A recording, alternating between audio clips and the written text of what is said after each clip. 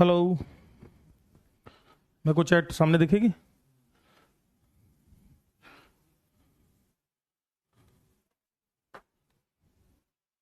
Hello, start. Hello hello hello hello hello hello hello, क्या हाल चाल, क्या हाल चाल, क्या हाल चाल मेरे प्यारे बच्चों। Good morning everyone, good morning, good morning, good morning. क्या हाल चाल है भाई? Hello hello hello. तो बहुत बहुत बहुत बहुत स्वागत है आपका प्रयास 3.0 में और पीडब्ल्यू के इस amazing amazing and amazing platform पर। आज से हमारे जीवन की एक नई शुरुआत हो रही है, तो बहुत ही शुभकामनाओं के साथ हम आज इस सफर को शुरू करने वाले हैं। फटाफट से मुझे बहुत सारे दिल दे दीजिए, बहुत खुशी हो रही है आप लोगों को देखकर। मैं उम्मीद कर रहा हूं कि सभी लोग नहा धोकर अच्छे से अपने टेबल चेयर पर बैठे हैं और इन लेक्चर्स का बेनिफिट उठा रहे हैं।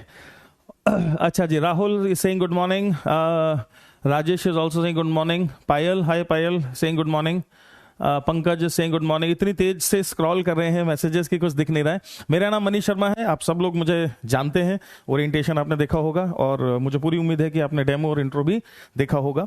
तो आज पहला दिन है और बहुत सारी बातें हमें आपस में करनी है, बहुत सारी चीजें करनी है। कैसा ये सफर चलेगा हमारा, किस तरह से चीजें चलेंगी, वो सारी चीजें हम डिस्कस करेंगे। ओके भाई, रितेश गुड मॉर्निंग, हर्षित गुड मॉर्निंग, सबने किसी ने दिल भेजे बहुत सारे, thank you very much. I really like hearts. तो जब भी आपको कुछ अच्छा लगे आप फील फ्री करें बहुत सारे दिल भेजने के लिए, बड़ा अच्छा लगता है यहाँ से जब इस तरह का आपका प्यार और रिस्पेक्ट मिलता है, तो रियली फील्स गुड। कुछ लोग कह रहे हैं सर मेरा बैकलॉग है, कुछ लोग कह रहे हैं कि सर ऐसा वैसा। सारी चीजों पर बात करने वाला हूं मैं, सारी चीजों पर डिस्कशन करूंगा, सब चीजों पर बातचीत होगी और धमाल मचाएंगे अपन मिलकर। ठीक है जी, गुड मॉर्निंग, गुड मॉर्निंग। चलिए जी, चलिए जी, तो गुड मॉर्निंग वगैरह कर लेते हैं, आगे बढ़ जाते हैं हम गुड मॉर्निंग से। अरुण यादव ने बहुत सारे दिल भेज दिए, thank you Arun, thank you very much. Anshuman ने भी दिल भेज दिए, गुड मॉर्निंग सर जी। सुमित, अभिषेक गुप्ता, तकीब, शायद if I am pronouncing it correctly, प्रणाम प्रणाम भाई साहब, प्रणाम प्रणाम प्रणाम प्रणाम प्रणाम प्रणाम। चलिए जी, तो let us begin, let us start the journey. शुरुआत करते हैं, धमाल मचाते हैं और आगाज करते हैं प्रयास 3.0 का। तो प्लीज बुक्स भी, मैं एक एक चीज डिस्कस करूंगा भाई। मैं आज पढ़ाने वाला नहीं हूं आपको ज्यादा, आज मैं यही डिस्कस करूंगा कि हमें पढ़ना कैसे है और ये सिस्टम चलेगा कैसे। आज हम क्या बात करेंगे कि ये पूरे साल भर किस तरह से कोर्स चलेगा, साल भर तो नहीं है, जो भी हमारे पास समय उसमें कैसे कोर्स चलेगा और किस तरीके से आप इस कोर्स का बेस्ट बेनिफिट उठा सकते हैं, उस पर पहले चर्चा करेंगे, सो दैट एक बार वो सारी बातें तसल्ली से हो जाए। तो मैं उम्मीद कर रहा हूं कि सब बच्चे आ चुके हैं, सब बच्चे गियर्ड अप हैं और सब बच्चे सुनने को बेताब हैं कि सर क्या बोलने वाले हैं, सर क्या कहना चाहते हैं।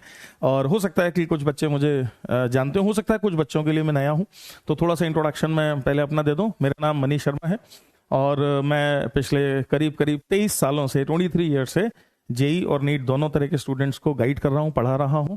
और आई रियली लव टीचिंग, मेरा पैशन है पढ़ाना और फिजिक्स मेरे खून में बहता है, ऐसा कह सकते हैं। मतलब इन अ नटशेल अगर आप समझना चाहें तो ये कि मैंने अपने पूरे जीवन में फिजिक्स पढ़ाने के अलावा कुछ भी नहीं किया है। I really love physics.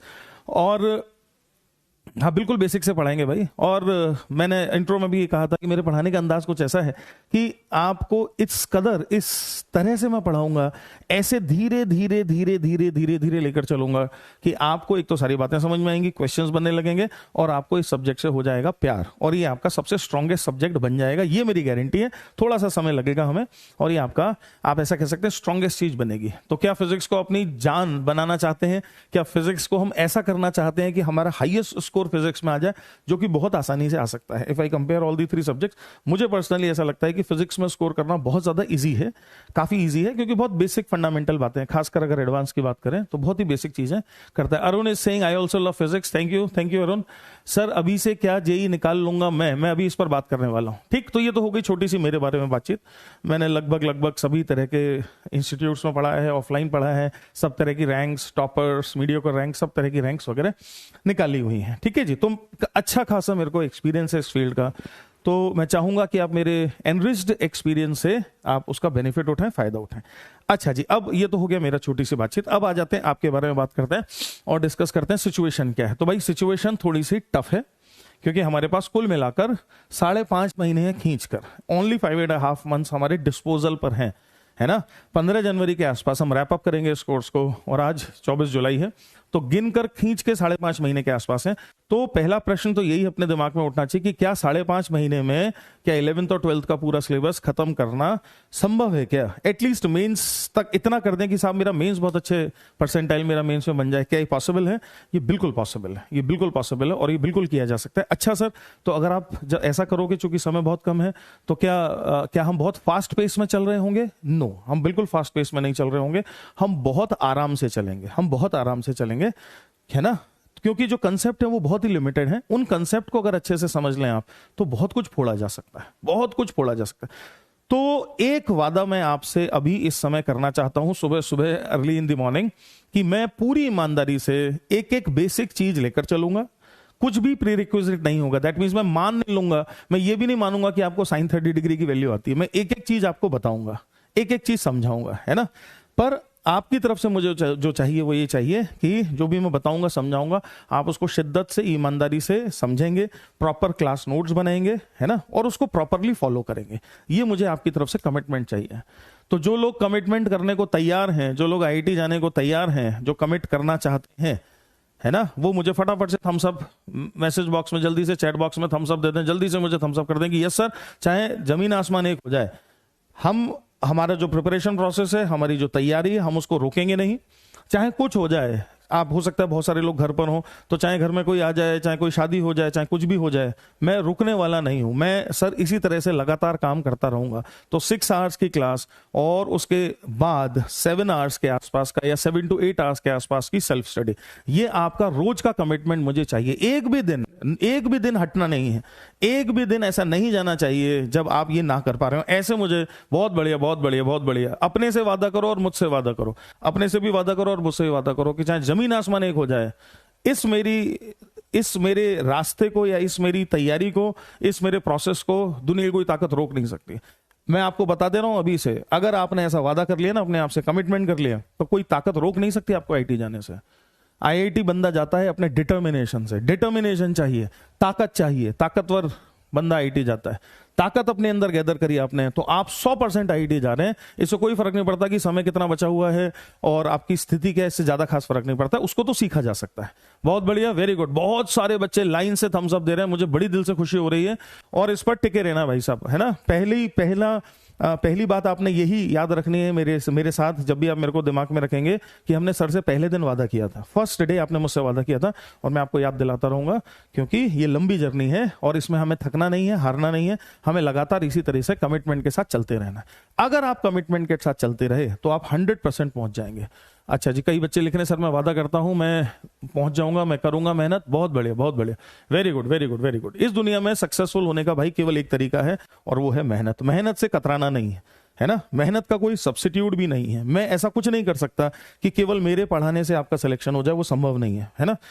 मेरे पढ़ाने का फायदा या मेरे पढ़ाने का बेनिफिट होगा ही तब जब आप सपोर्टिव मेहनत करेंगे। जो मैं होमवर्क दूंगा आप उसको ईमानदारी से करेंगे, जो क्वेश्चंस यहां कराऊंगा बोर्ड पर आप उसको ईमानदारी से अपने घर पर कर रहे होंगे, और प्रॉपर ईमानदारी से नोट्स बनाएंगे, रिविजन करेंगे, टेस्ट लिखेंगे, है ना, तो आपका सिलेक्शन होगा। ये पक्का है, पक्की बात है। दैट मीन्स सिलेक्शन होना इतना लॉजिकल फिनोमेना है, इतना लॉजिकल फिनोमेना है जिसकी कोई लिमिट नहीं। हैंस अगर हम उस रास्ते पर चल लेते हैं और जो जो चाहिए हमें सिलेक्शन के लिए अगर वो कर लेते हैं तो 100% सेलेक्ट हो जाएंगे। ठीक है, प्रॉमिस। चलिए जी, बहुत ही बढ़िया बात है। Promise, promise, promise, promise. कुछ बच्चे नीट वीट कुछ लिख रहे हैं, भाई ये IIT की कहानी है, इसमें नीट वीट की कोई बात नहीं करो। IIT की और खालिस IIT की बात होने वाली है, और सीधे नीचे से ऊपर तक की बात होगी। दैट मीन्स 0 लेवल से आगे लेवल तक की बात होगी। ठीक है जी, हाँ जी, बिल्कुल 2 घंटे की क्लास होगी, 2 घंटे की बातचीत होगी। ठीक है जी, 2 घंटे की क्लास रहेगी। चलो जी, तो ये वादा आपने मुझसे कर दिया है। शुरू कर देते हैं, बातचीत को शुरू कर देते हैं। तो वेक्टर्स और calculus, that means basic math से आज हम बात करेंगे। एक शेड्यूल आपको प्रॉपर मिला हुआ है, उस शेड्यूल को आप देखें, समझें। क्लास शुरू करने से पहले कुछ और इन जनरल बातचीत है जो मैं आपके साथ करना चाहता हूं। अभी टारगेट तो अपन लिखेंगे बाद में, तो पहले कुछ बातों को समझ लें। आपके बहुत सारे डाउट्स होंगे, उनको भी देख लें। कुछ क्लास गाइडलाइंस मैंने लिखी हुई है बोर्ड पर, सबसे पहले हम इनको समझ लेते हैं। जैसे सबसे पहली चीज जो लिखी हुई है वो है मेथोडोलॉजी ऑफ टीचिंग, क्योंकि बहुत सारे बच्चों की क्वेरी होगी कि सर 5.5 महीने में हम करेंगे कैसे। तो भाई 5.5 महीने में जीरो से हीरो तक का सफर हम करेंगे। दैट मीन्स बेसिक से एडवांस लेवल तक का सफर हम करेंगे। बेसिक से शुरू करूंगा, अभी आप देखोगे बिल्कुल जीरो से शुरू करूंगा और एडवांस तक जाएंगे। ऑब्वियसली जब हम ऐसा करेंगे तो क्या हमारा पेस थोड़ा सा फास्ट रहेगा। दैट मीन्स आप बिल्कुल ऐसा दिमाग में ना रखें, अगर आपने पहले कोर्सेज लिए हुए हैं अर्जुना के या लक्ष्य के, तो ऑब्वियसली उन कोर्सेज के कंपैरिजन में हमारा जो सिलेबस है वो थोड़ा सा तेज चलेगा, क्योंकि हमारे पास समय कम है और आपको भी बहुत सिंसियरिटी और डेडिकेशन के साथ कदम से कदम मिलाकर चलना पड़ेगा। अगर आपने होमवर्क नहीं किया तो वो चीज छूट जाएगी, है ना, क्योंकि हर क्लास में हीरो मोती मिल रहे होंगे, हर क्लास में कंसेप्ट की बाढ़ हो रही होगी, है ना भाई। तो वो कंसेप्ट आपको समझने हैं, उसको अंडरस्टैंड करना है और उसको आगे लेकर चलना है। ठीक, तो हर क्लास मेरे लिए बहुत बहुत ज्यादा इंपॉर्टेंट है, तभी हम ये जीरो से हीरो तक का सफर कर पाएंगे, है ना भाई। तो करेंगे जीरो से हीरो तक का सफर, बेसिक से एडवांस तक लेकर मैं आपको अपने साथ चलने वाला हूं। तो ये हो गई भाई साहब पहली बात। ठीक, दूसरी बात, ऐसा भी नहीं होगा, बहुत सारे बच्चों को ऐसा लगता होगा कि सर शुरू में तो शायद धीरे धीरे पढ़ाएंगे और फिर उसके बाद लास्ट में खींच देंगे, जैसे एग्जाम पास आ जाएगा तो लास्ट में खींच देंगे। तो मैं पहले दिन आपको बता दे रहा हूं भाई कि ऐसा कुछ भी नहीं होने वाला है, ऐसा कुछ भी नहीं होगा। ये क्लास एक बहुत कांस्टेंट पेस से चलेगी, जैसा लेक्चर प्लानर हमने डिजाइन किया है एग्जैक्टली उसी पेस से चलेगी। हाँ ठीक है, थोड़े बहुत 5-10% मार्जिन आगे पीछे हो सकते हैं। जैसे फॉर एग्जाम्पल आज की क्लास में, चूंकि मेरे को आपसे बहुत सारी बातचीत करनी है, तो आज की क्लास में हम थोड़ा कम पढ़ेंगे, अदरवाइज एक constant pace, academic pace constant रहेगी, ये वादा करता हूं मैं आपसे, है ना भाई। तो कभी भी ऐसा नहीं होगा कि मैं रश करूंगा चीजों को, ऐसा कभी भी नहीं होगा, रश कभी नहीं करूंगा।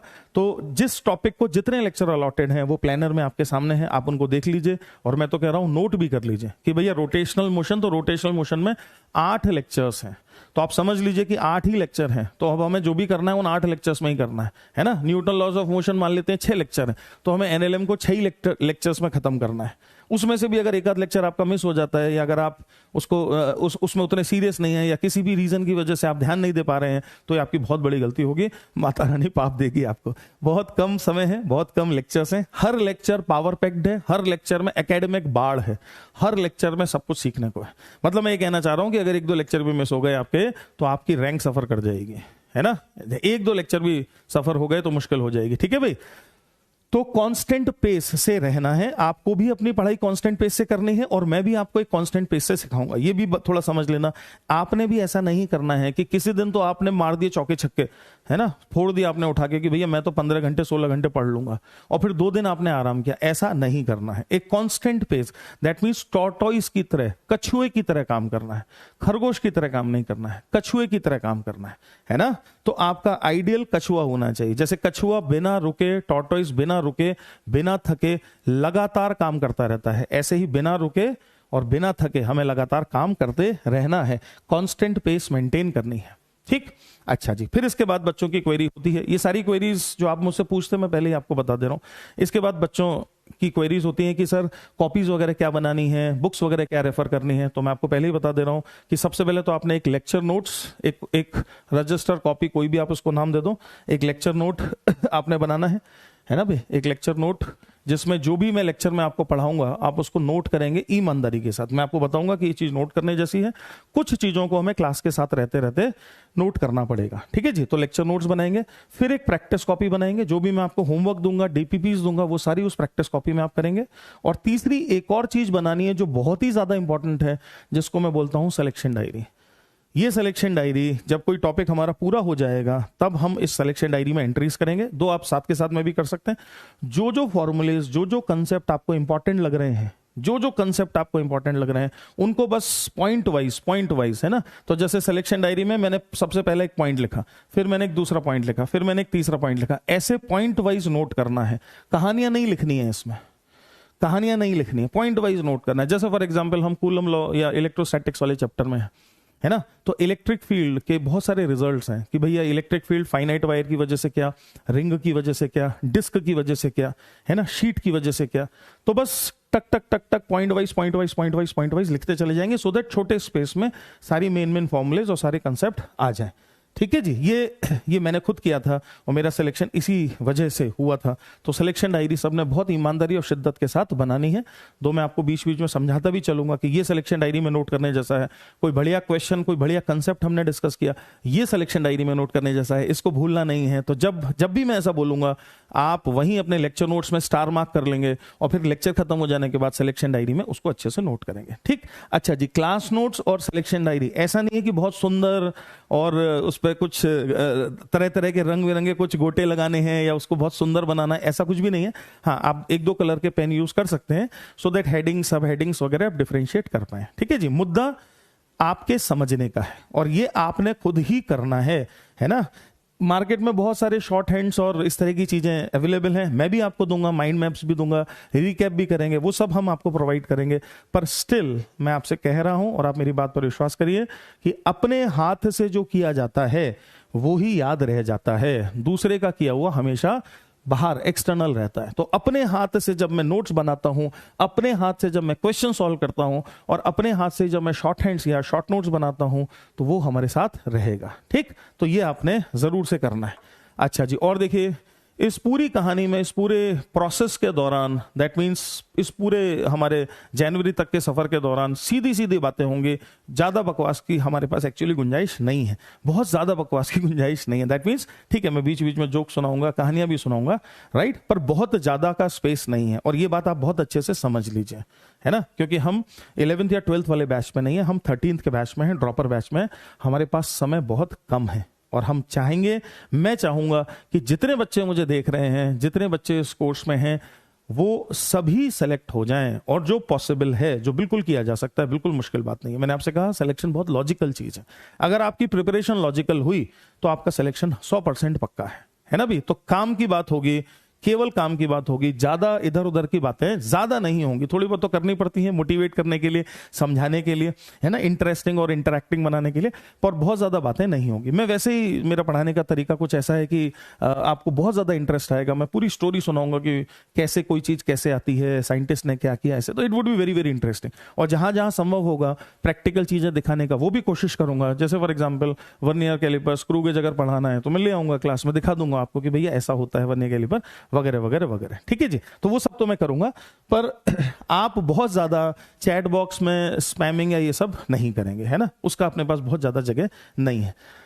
अच्छा जी, एक और बहुत इंपॉर्टेंट बात है, जब हम क्लास में चल रहे होंगे, जब हम पढ़ रहे होंगे तो बहुत सारे क्वेश्चंस फ्लैश होंगे, है ना। अगर क्वेश्चन छोटा सा है, मान लेते हैं बस एक छोटा सा कुछ लिखा हुआ है, तो आप उसको भले ही नोट कर सकते हैं। पर अगर एक लेंथी क्वेश्चन है जिसका डायग्राम वगैरह भी है, तो आप क्लास में क्वेश्चन नोट करने में अपना टाइम वेस्ट ना करें। क्लास में क्वेश्चन नहीं नोट करेंगे, आपको ये पीपीटी या पीडीएफ मिल जाएगी, आप बाद में नोट कर लेंगे, तो वहां खाली जगह छोड़ देंगे, उस जगह पर स्पेस छोड़ देंगे, बाद में नोट करेंगे। क्या मेरी बात समझ रहे हो, है ना भाई, ऐसा। तो बाद में लिखेंगे क्वेश्चन को, साथ के साथ में नहीं लिखेंगे। अच्छा जी, अगली चीज है बुक्स। सर कौन कौन सी बुक्स मुझे रेफर करनी है, कौन कौन सी बुक्स को मुझे पढ़ना है।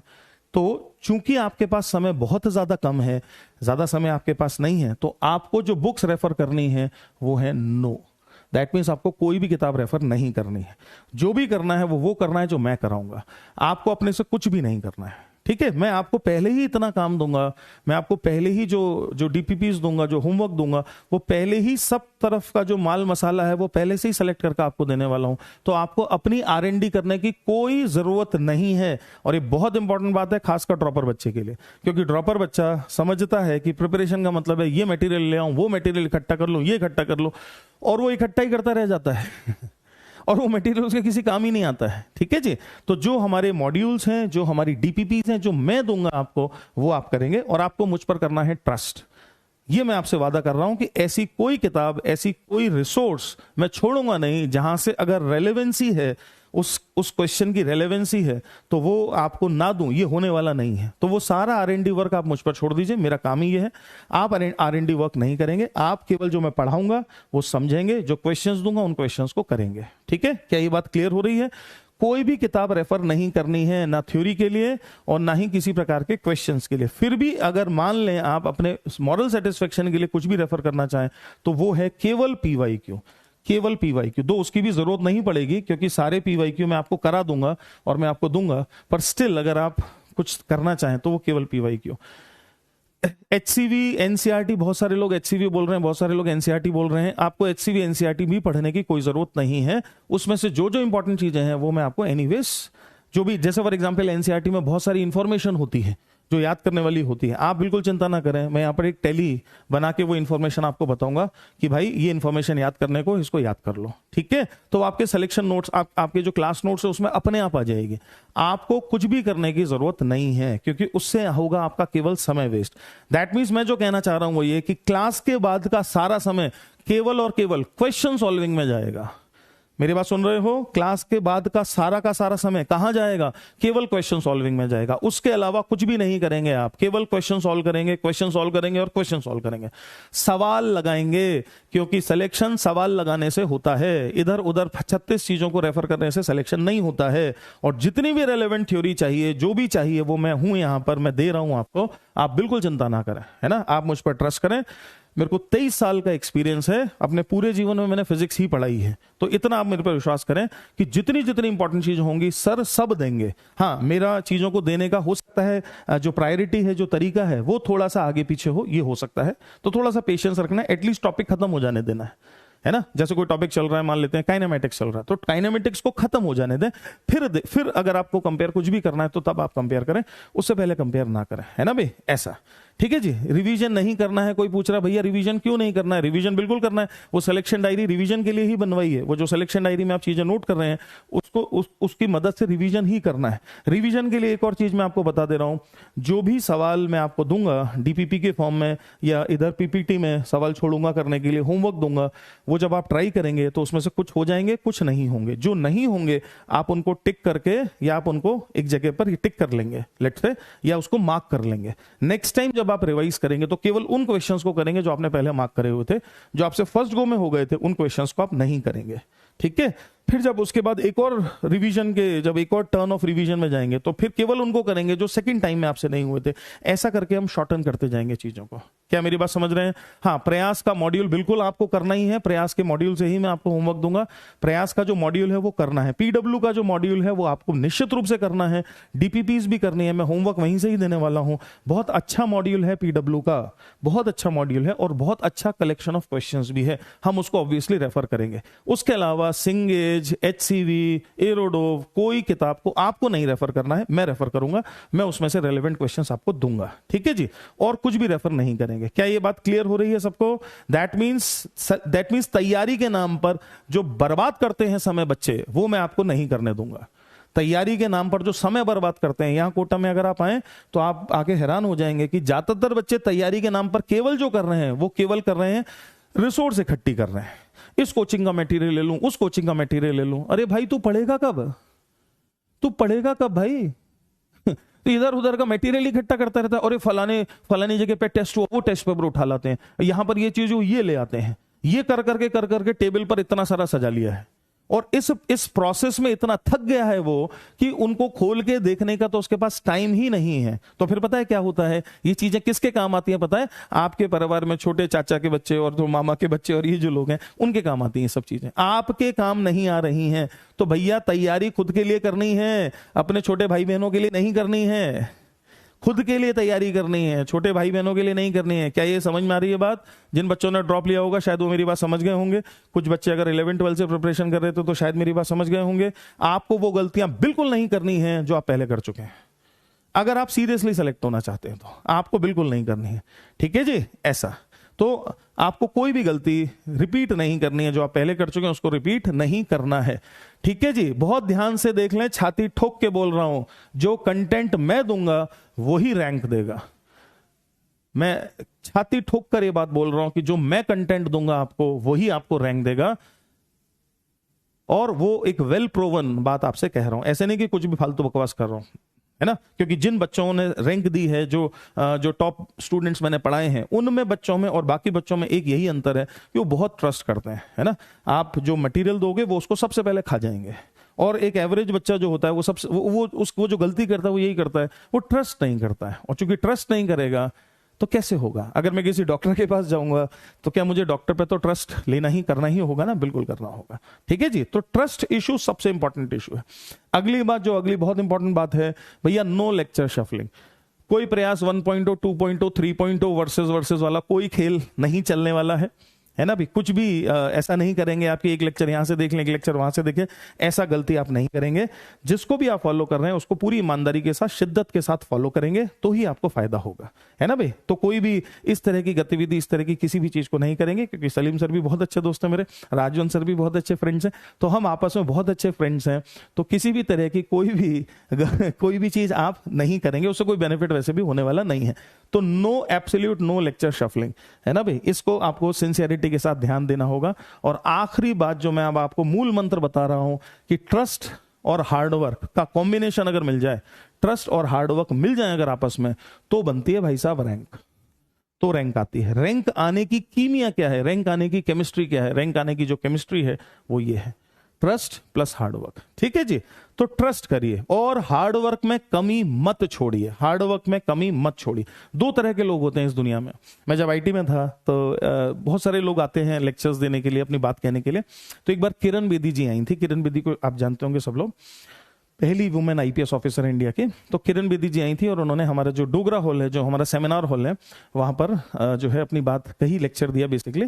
तो बहुत सारी बातें उन्होंने कही, पर उनकी एक बात मेरे दिमाग में चिपक गई और मेरे जीवन का हिस्सा बन गई। उन्होंने जो कहा वो ये कहा कि भाई दो तरह के लोग होते हैं इस दुनिया में, दो तरह के लोग होते हैं। एक जो प्रॉब्लम का हिस्सा है, दूसरे जो सोल्यूशन का हिस्सा है। दो तरह के लोग हैं। एक जो प्रॉब्लम का हिस्सा है, प्रॉब्लम के हिस्से वाले लोग कौन है? जो रोते ही रहते हैं हर समय, ये नहीं हुआ, वो नहीं हुआ, ऐसा हो गया, वैसा हो गया, किस्मत खराब है, ऐसा है, वैसा है, रिसोर्सेज नहीं है, हम तो ऐसे इस घर में पैदा हुए, हमारा तो ये हुआ, हमारा ऐसा, हमारा वैसा, पूरे टाइम रोते रहते हैं। ये वो लोग हैं जो प्रॉब्लम का हिस्सा है, इनका कुछ नहीं होने वाला है। मेजॉरिटी ऑफ द लोग ऐसे ही हैं। और दूसरे तरह के जो लोग हैं, जो सोल्यूशन का हिस्सा है, ये वो हैं जो क्रिब तो कभी करते ही नहीं है, जो हर परिस्थिति में से ढूंढने की कोशिश करते हैं कि इसका बेस्ट पॉसिबल सोल्यूशन क्या हो सकता है, इस स्थिति का बेस्ट पॉसिबल सोल्यूशन क्या हो सकता है। वो सोल्यूशन फाइंडर हैं। आप लाइफ में सोल्यूशन फाइंडर बनिए। सक्सेसफुल आदमी सोल्यूशन फाइंडर होता है। सक्सेस मिलती कैसे किसी चीज को, किसी इंसान को कोई सक्सेसफुल होता कैसे है? जब वो किसी परिस्थिति, किसी सिचुएशन के सॉल्यूशंस देता है ना। जैसे मान लेते हैं हेनरी किसी ने कार कंपनी खोली, तो वो एक सिचुएशन का सॉल्यूशन है ना भाई। तो सॉल्यूशन देने वाले जो लोग हैं, उन्हीं में कैपेबिलिटी होती है लाइफ में सक्सेसफुल होने की, है ना भाई। तो ऐसे ही आप भी बनिए। रोइए मत, क्रिब मत करिए। क्रिब नहीं करेंगे। हर परिस्थिति, हर चीज जो भी आपके साथ जीवन में हो रही है, वो एक्चुअली आपके बेटरमेंट के लिए ही है। मैं आपको अपनी एक स्टोरी शेयर करता हूं और फिर उसके बाद हम आज का सेशन शुरू करेंगे।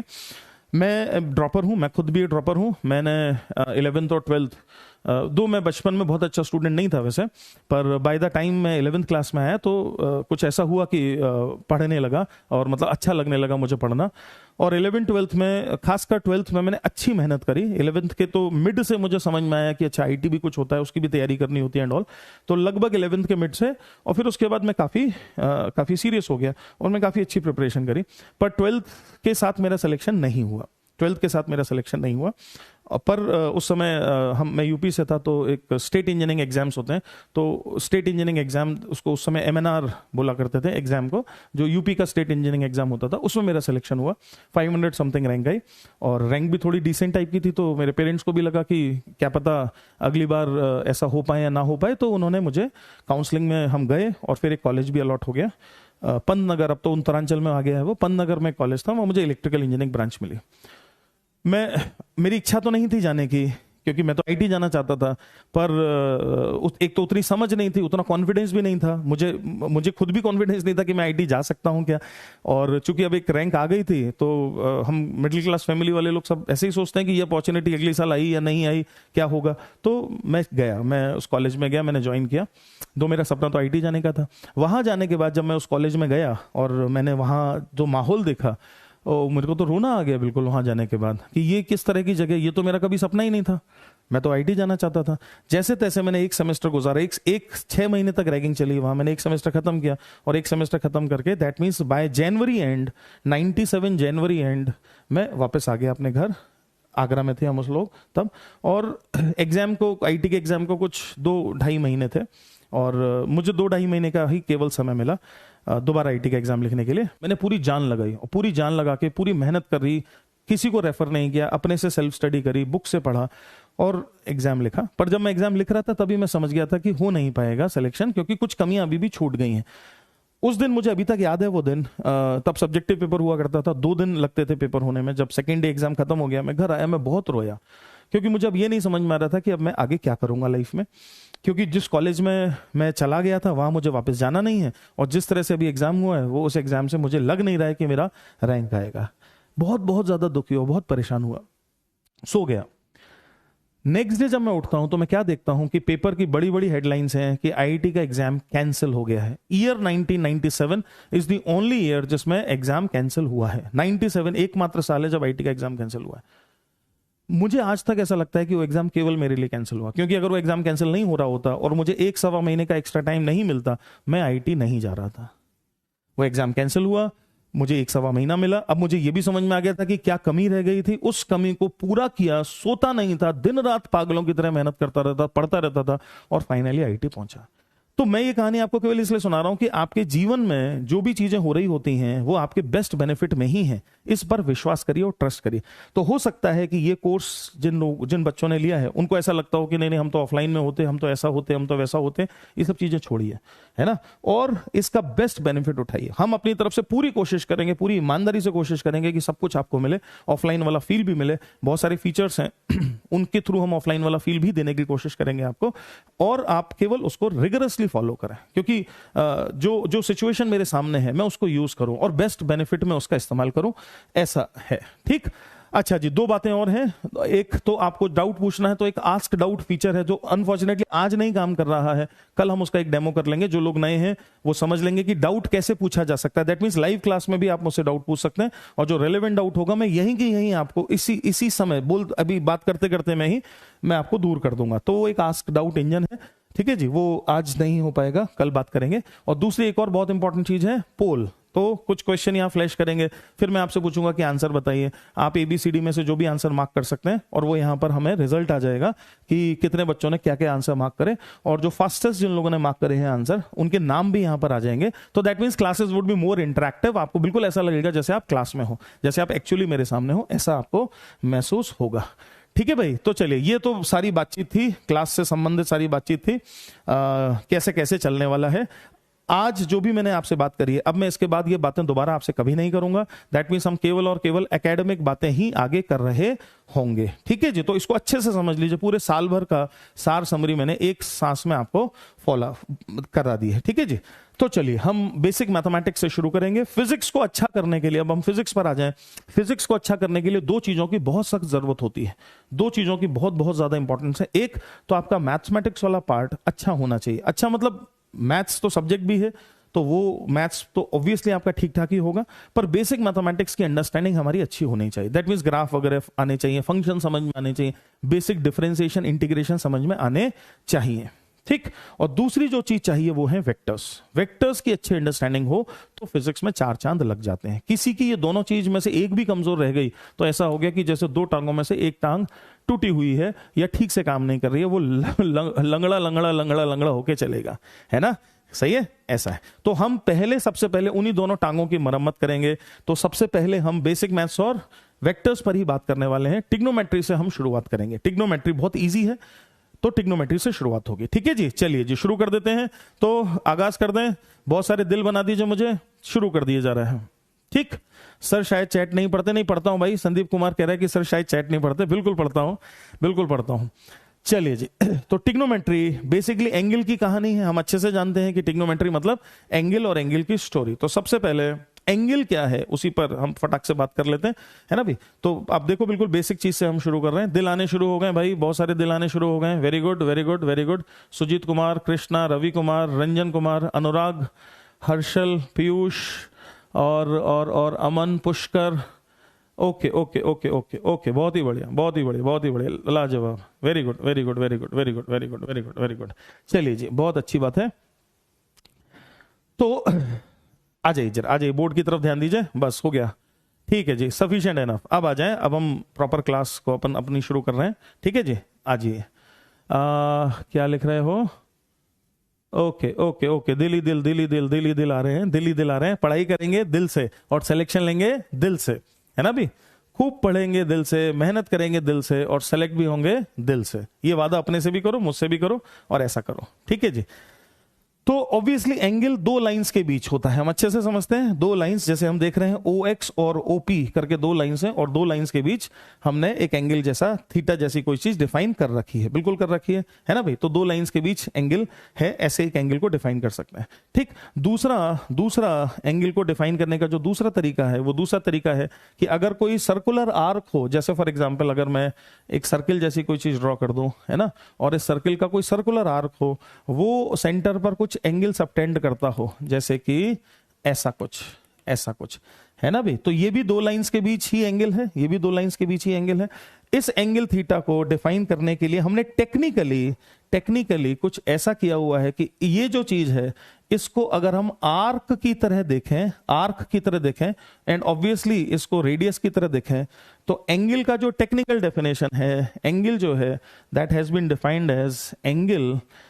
डिफाइंड एज क्या, आर्क लेंथ या आर्क डिवाइडेड बाय रेडियस, ठीक है।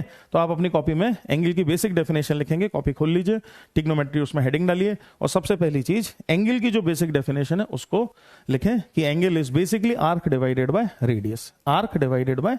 बिल्कुल सही, मुस्तफा ने एकदम सही लिख दिया है।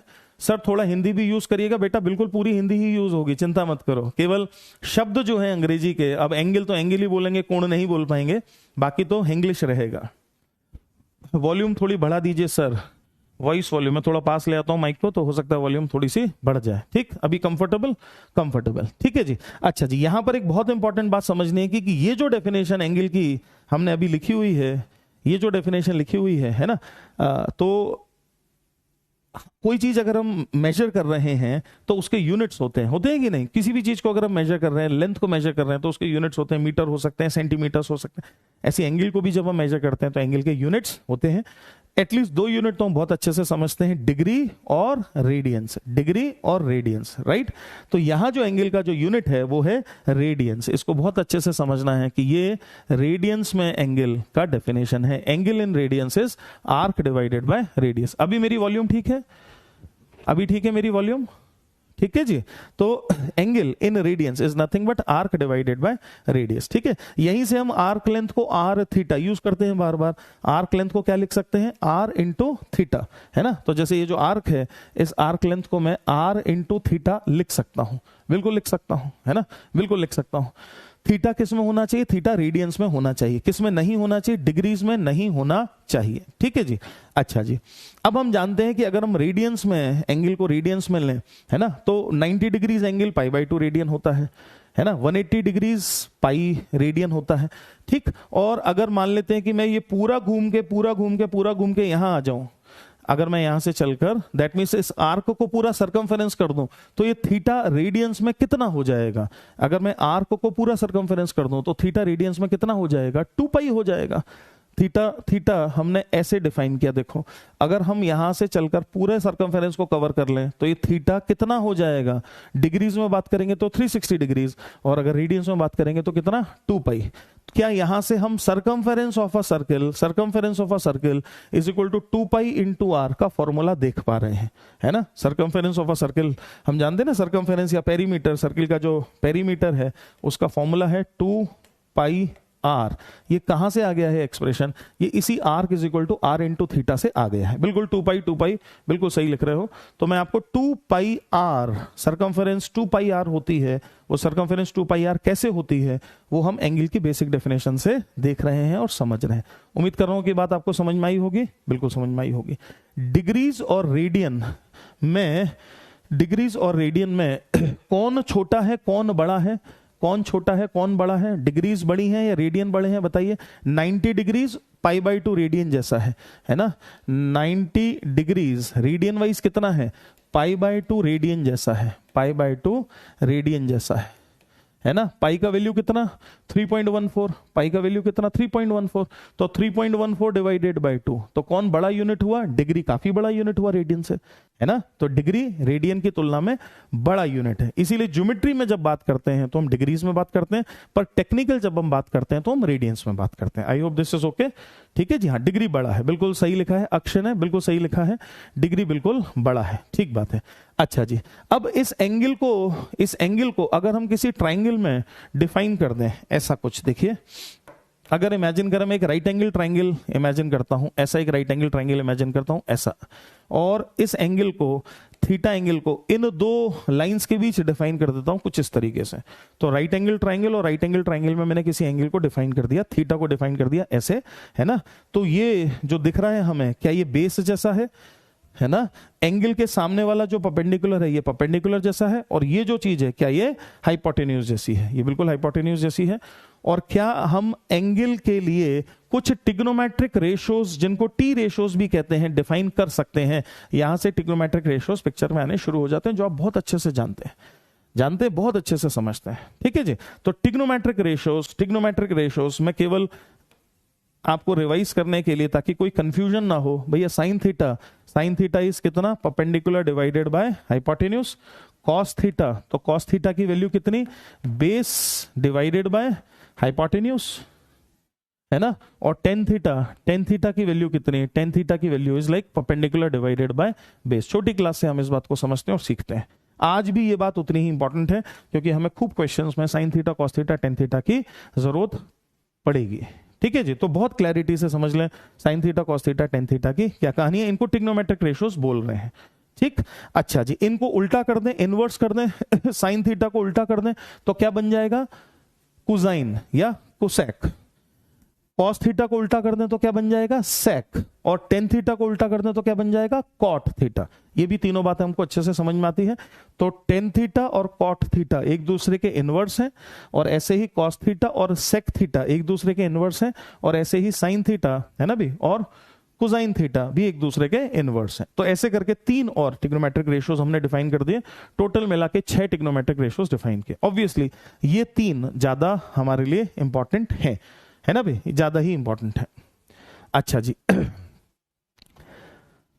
जैसे फॉर एग्जांपल मान लें अगर मैं एक छोटा सा क्वेश्चन अगर आपको दूं, और अब आप मुझे इसका आंसर बताएंगे कि भाई अगर साइन थीटा की वैल्यू 3/5 है तो मुझे बाकी सारे ट्रिग्नोमेट्रिक रेशियोज बताइए। अगर साइन थीटा की वैल्यू 3/5 है तो मुझे बताइए कॉस थीटा की क्या वैल्यू होगी, और मुझे बताइए टेन थीटा की क्या वैल्यू होगी। तो मुझे बताइए कॉस थीटा की क्या वैल्यू होगी, जल्दी से मुझे चैट बॉक्स में लिखकर बताइए कि कॉस थीटा की क्या वैल्यू होगी। अगर साइन थीटा 3/5 है तो कॉस थीटा क्या वैल्यू लेगा, जल्दी से बता दीजिए। बिल्कुल बेसिक से चल रहा हूं, देखो ध्यान से देखो, बिल्कुल बेसिक से चल रहा हूं, बिल्कुल नहीं घबराएं आप, पर थोड़ा फास्ट पेस हम पकड़ेंगे, है ना। तो देखते जाइए। तो साइन थीटा अगर 3/5 है तो कॉस थीटा का वैल्यू बताना है मुझे। क्या इसका सबसे सिंपल जो तरीका है वो ये है कि आप एक राइट एंगल ट्राइंगल बनाइए। इस राइट एंगल ट्राइंगल में अगर ये एंगल थीटा है और साइन थीटा अगर क्वेश्चन ने कहा मुझे 3/5 है, और हम जानते हैं sign theta is like perpendicular divided by hypotenuse, perpendicular divided by hypotenuse, ठीक है ना भाई। अच्छा जी, क्या हाइपोटेन्यूज, परपेंडिकुलर और बेस में पाइथागोरस थ्योरम लगती है ना। क्या हम हमेशा लिख सकते हैं कि हाइपोटेन्यूज का square is equal to perpendicular का स्क्वायर प्लस बेस का स्क्वायर, है ना, सही बात है। तो क्या इसकी मदद से क्या मैं बेस की वैल्यू निकाल सकता हूं। और वैसे भी आपको याद होना चाहिए 3, 4, 5 एक स्टैंडर्ड राइट एंगल ट्राइंगल होता है, 3, 4, 5 का एक स्टैंडर्ड राइट एंगल ट्राइंगल बनता है, बहुत ज्यादा कॉमन है, हर दूसरे तीसरे क्वेश्चन में आएगा। तो 3, 4, 5 का एक स्टैंडर्ड राइट एंगल ट्राइंगल है, उसमें थीटा साइन थीटा की वैल्यू है 3/5, कॉस थीटा चाहिए, कितना हो गया 4/5। तो क्या कॉस थीटा की वैल्यू है 4/5, सभी बच्चों ने मुझे सही जवाब दिया है, बहुत ही बढ़िया। कॉस थीटा की वैल्यू है 4/5। जल्दबाजी में एग्जाम में इस तरह की गलतियां हो सकती हैं, उन गलतियों को नहीं करना है। सिमिलरली टेन थीटा की वैल्यू भी बता दीजिए मुझे क्या होगी। टेन थीटा की वैल्यू इस ट्राइंगल में, टेन थीटा कितना, परपेंडिकुलर कितना 3, बेस कितना 4, टेन थीटा की वैल्यू कितनी, टेन थीटा की वैल्यू कितनी, टेन थीटा की वैल्यू कितनी 3/4। बिल्कुल शिजा ने आंसर दिया 3/4, बिल्कुल बहुत बढ़िया बहुत बढ़िया बहुत बढ़िया। तो टेन थीटा ऑब्वियसली हो जाएगा 3/4, सही है। करेक्ट है, ऐसा है। तो क्या मैं बाकी सारे ट्रिग्नोमेट्रिक रेशियोज बहुत मजे से निकाल सकता हूं? बिल्कुल निकाल सकता हूं, ठीक है जी। अच्छा जी, अब इस ट्राइंगल की एक और खास बात को समझिए, एक और चीज को समझिए, बहुत इंपॉर्टेंट बात को समझिए। ये 3, 4, 5 का जो स्टैंडर्ड राइट एंगल ट्राइंगल है, इस स्टैंडर्ड राइट एंगल ट्राइंगल में 5 और 3 साइड्स वाली जो लोग हैं, ध्यान से सुनो, 5 और 3 साइड्स वाले जो लोग हैं, उनके बीच जो एंगल बनता है, उनके बीच जो एंगल बनता है वो है 53 डिग्री। इसको आसानी से याद करने का ये तरीका है। 5 और 3 के बीच वाली जो एंगल है उसकी वैल्यू कितनी है? 53 डिग्रीज। दिमाग में याद करना है। 5 और 3 वाली जो साइड्स हैं उसके बीच जो एंगल बनेगा उसकी वैल्यू है 53 डिग्रीज। और अगर ये 53 डिग्री हो गया, ये 90 है, तो ये एंगल कितना बनेगा? 37 डिग्रीज। सो दैट ये और ये थीटा प्लस 53 90 आ जाए। कॉम्प्लीमेंट्री एंगल्स हैं, सम टोटल 90 आ जाए, है ना। तो ये थीटा की वैल्यू कितनी हो जाएगी? ये थीटा की वैल्यू हो जाएगी 37 डिग्रीज, ठीक है।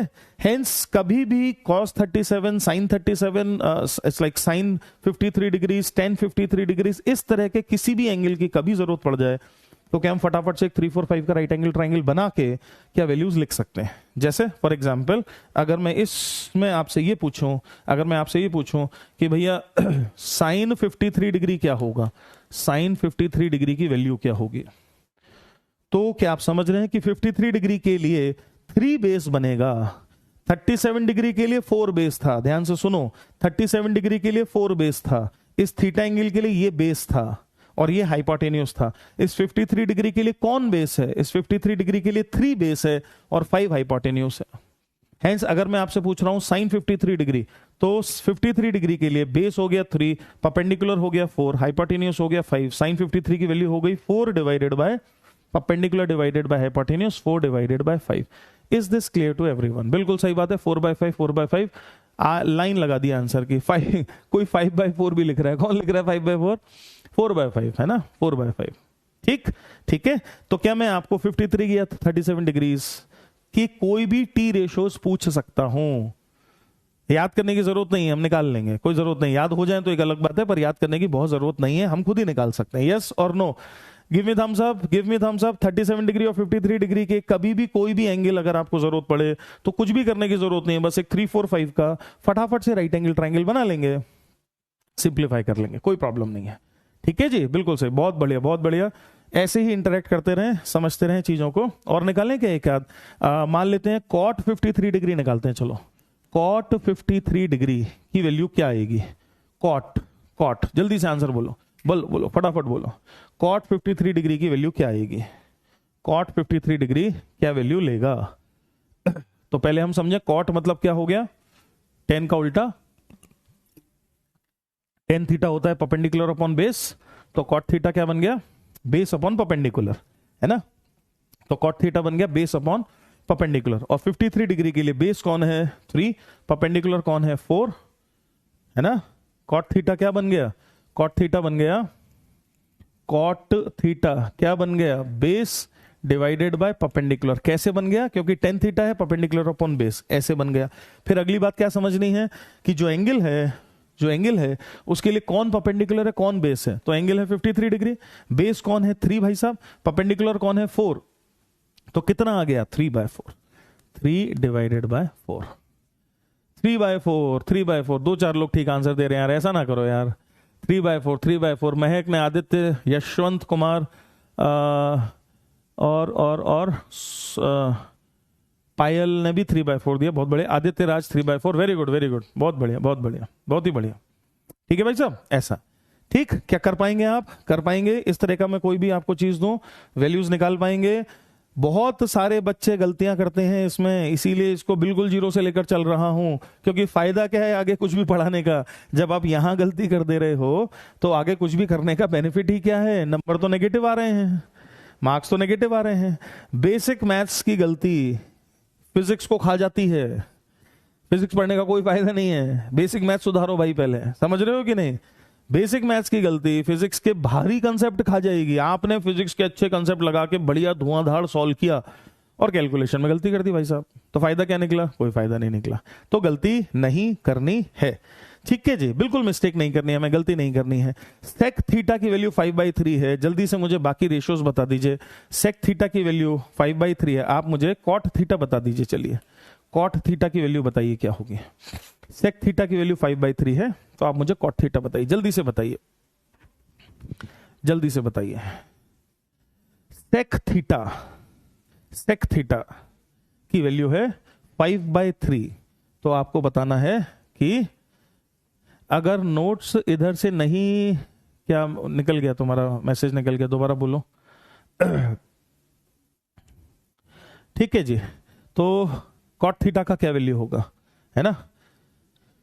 तो कैसे सोचेंगे हम, हमारा थॉट प्रोसेस क्या होगा, हम सोचेंगे सेक थीटा है ही क्या, व्हाट इज सेक, है ना। तो हम समझ रहे हैं इट इज 1/cos थीटा, और cos थीटा क्या है, cos थीटा क्या है, base upon hypotenuse. cos theta is base upon hypotenuse, तो सेक थीटा क्या हो गया, हाइपोटेन्यूज अपॉन बेस, राइट। तो sec theta is hypotenuse divided by base, है ना। तो दैट मीन्स इस एंगल थीटा के लिए हाइपोटेन्यूज है 5 और बेस है कितना, 3। तो हाइपोटेन्यूज की वैल्यू है 5, बेस की वैल्यू है 3, तो ऑब्वियसली परपेंडिकुलर की वैल्यू रहेगी 4, है ना। और टेन थीटा है परपेंडिकुलर अपॉन बेस, तो कॉट थीटा हो जाएगा बेस अपॉन परपेंडिकुलर, बेस है 3, परपेंडिकुलर है 4, तो base upon perpendicular that means 3/4। 3/4, बहुत बढ़िया, बहुत बढ़िया, बहुत बढ़िया, बहुत बढ़िया, बहुत बढ़िया। पीडीएफ मिलेगी भाई, बिल्कुल चिंता ना करो, ये पीडीएफ आपको मिलेगी, बिल्कुल चिंता। बहुत ही अच्छा, सबने लगभग सबके आंसर सही हैं भाई, मजा आ गया, वेरी गुड, बहुत बढ़िया। सुबह सुबह तुमने दिल खुश कर दिया, बहुत ही अच्छी बात है। कोई भी गलती ना करें इनको छोटा समझने की। हो सकता है कि आपको लग रहा हो कि सर क्या छोटी छोटी बातें बता रहे हैं, पर ये छोटी छोटी बातें खा जाती हैं, एक हाथी को चींटी मार देती है ना। आंख में एक छोटा सा तिनका गिर जाए अगर मिट्टी का, तो दुनिया खत्म हो जाती है इंसान के लिए, दिखना बंद हो जाता है। परेशानियां और डाउट ऐसी चीज है, छोटी बड़े नहीं होते हैं, डाउट होता है। मैं हमेशा अपने बच्चों को बोलता हूं कि पूछने से डरते क्यों हो, घबराते क्यों, शर्माते क्यों, पूछो ना। डाउट होता है भाई, जिसके मन में डाउट उठता है उसके लिए तो हमेशा पहाड़ जैसा ही है, वो डिस्कस होना बहुत जरूरी है। छोटी चीजें ही सबसे ज्यादा इंपॉर्टेंट है लाइफ में। अगर आपको सीरियसली एडवांस में क्रैक करना है, अगर आपको सीरियसली आईटी जाना है, तो छोटी चीजों पर ध्यान देना शुरू करिए। बड़ी चीजों की ज्यादा चिंता नहीं है, भारी भरकम कंसेप्ट की उतनी चिंता नहीं है मुझे, छोटी चीजों की चिंता है ना। ऐसा है, कोई कह रहा है टॉक इन इंग्लिश, कोई कह रहा है टॉक इन हिंदी, क्या करूं मैं, तमिल में बात करना शुरू कर दूं, है ना। बिल्कुल रिकॉर्डेड वीडियो भी मिलेगा। Someone is asking sir video मिलेगा क्या, बिल्कुल रिकॉर्डेड वीडियो भी मिलेगा, है ना भी। मेरा साइन किया हुआ, मेरा ऑटोग्राफ पीडीएफ भी मिलेगी आपको, सब मिलेगा आपको, बिल्कुल चिंता ना करें। चलिए जी आगे बढ़ जाते हैं। कॉस थीटा की वैल्यू अगर 4/5 है, तो फटाफट से टेन थीटा की वैल्यू बताइए, टेन थीटा की वैल्यू बताइए। ए पार्ट का आंसर दीजिए पहले, जल्दी से आंसर बताइए, जल्दी से, थोड़ा फास्ट है। अब थोड़ा तेज करेंगे अपन, थोड़ा तेज करेंगे, ठीक। तो बताओ जरा, जल्दी से बताओ, जल्दी बताएंगे। स्लो डाउन सर, अरे यार धीरे धीरे चल रहे हैं ना यार, कितना तो स्लो चल रहे हैं, है ना, बहुत ही धीरे चल रहे हैं। आज तो मैं आपको बस हल्का फुल्का बातचीत ही कर रहा हूं, ज्यादा कुछ पढ़ा नहीं रहा हूं, बिल्कुल चिंता ना करें, है ना। बहुत धीरे चल रहे हैं हम, है ना। हाँ, धीरे आपके फंडे इंप्रूव होते चले जाएंगे, और आप देखेंगे कि आप तेज हो गए हैं। आप देखेंगे सर तो उसी पेस पर चल रहे हैं, आप बहुत तेज हो गए हैं भाई साहब, आप ये देखेंगे। तो cos थीटा है 4/5 महाराज, तो टेन थीटा की क्या कहानी बनेगी।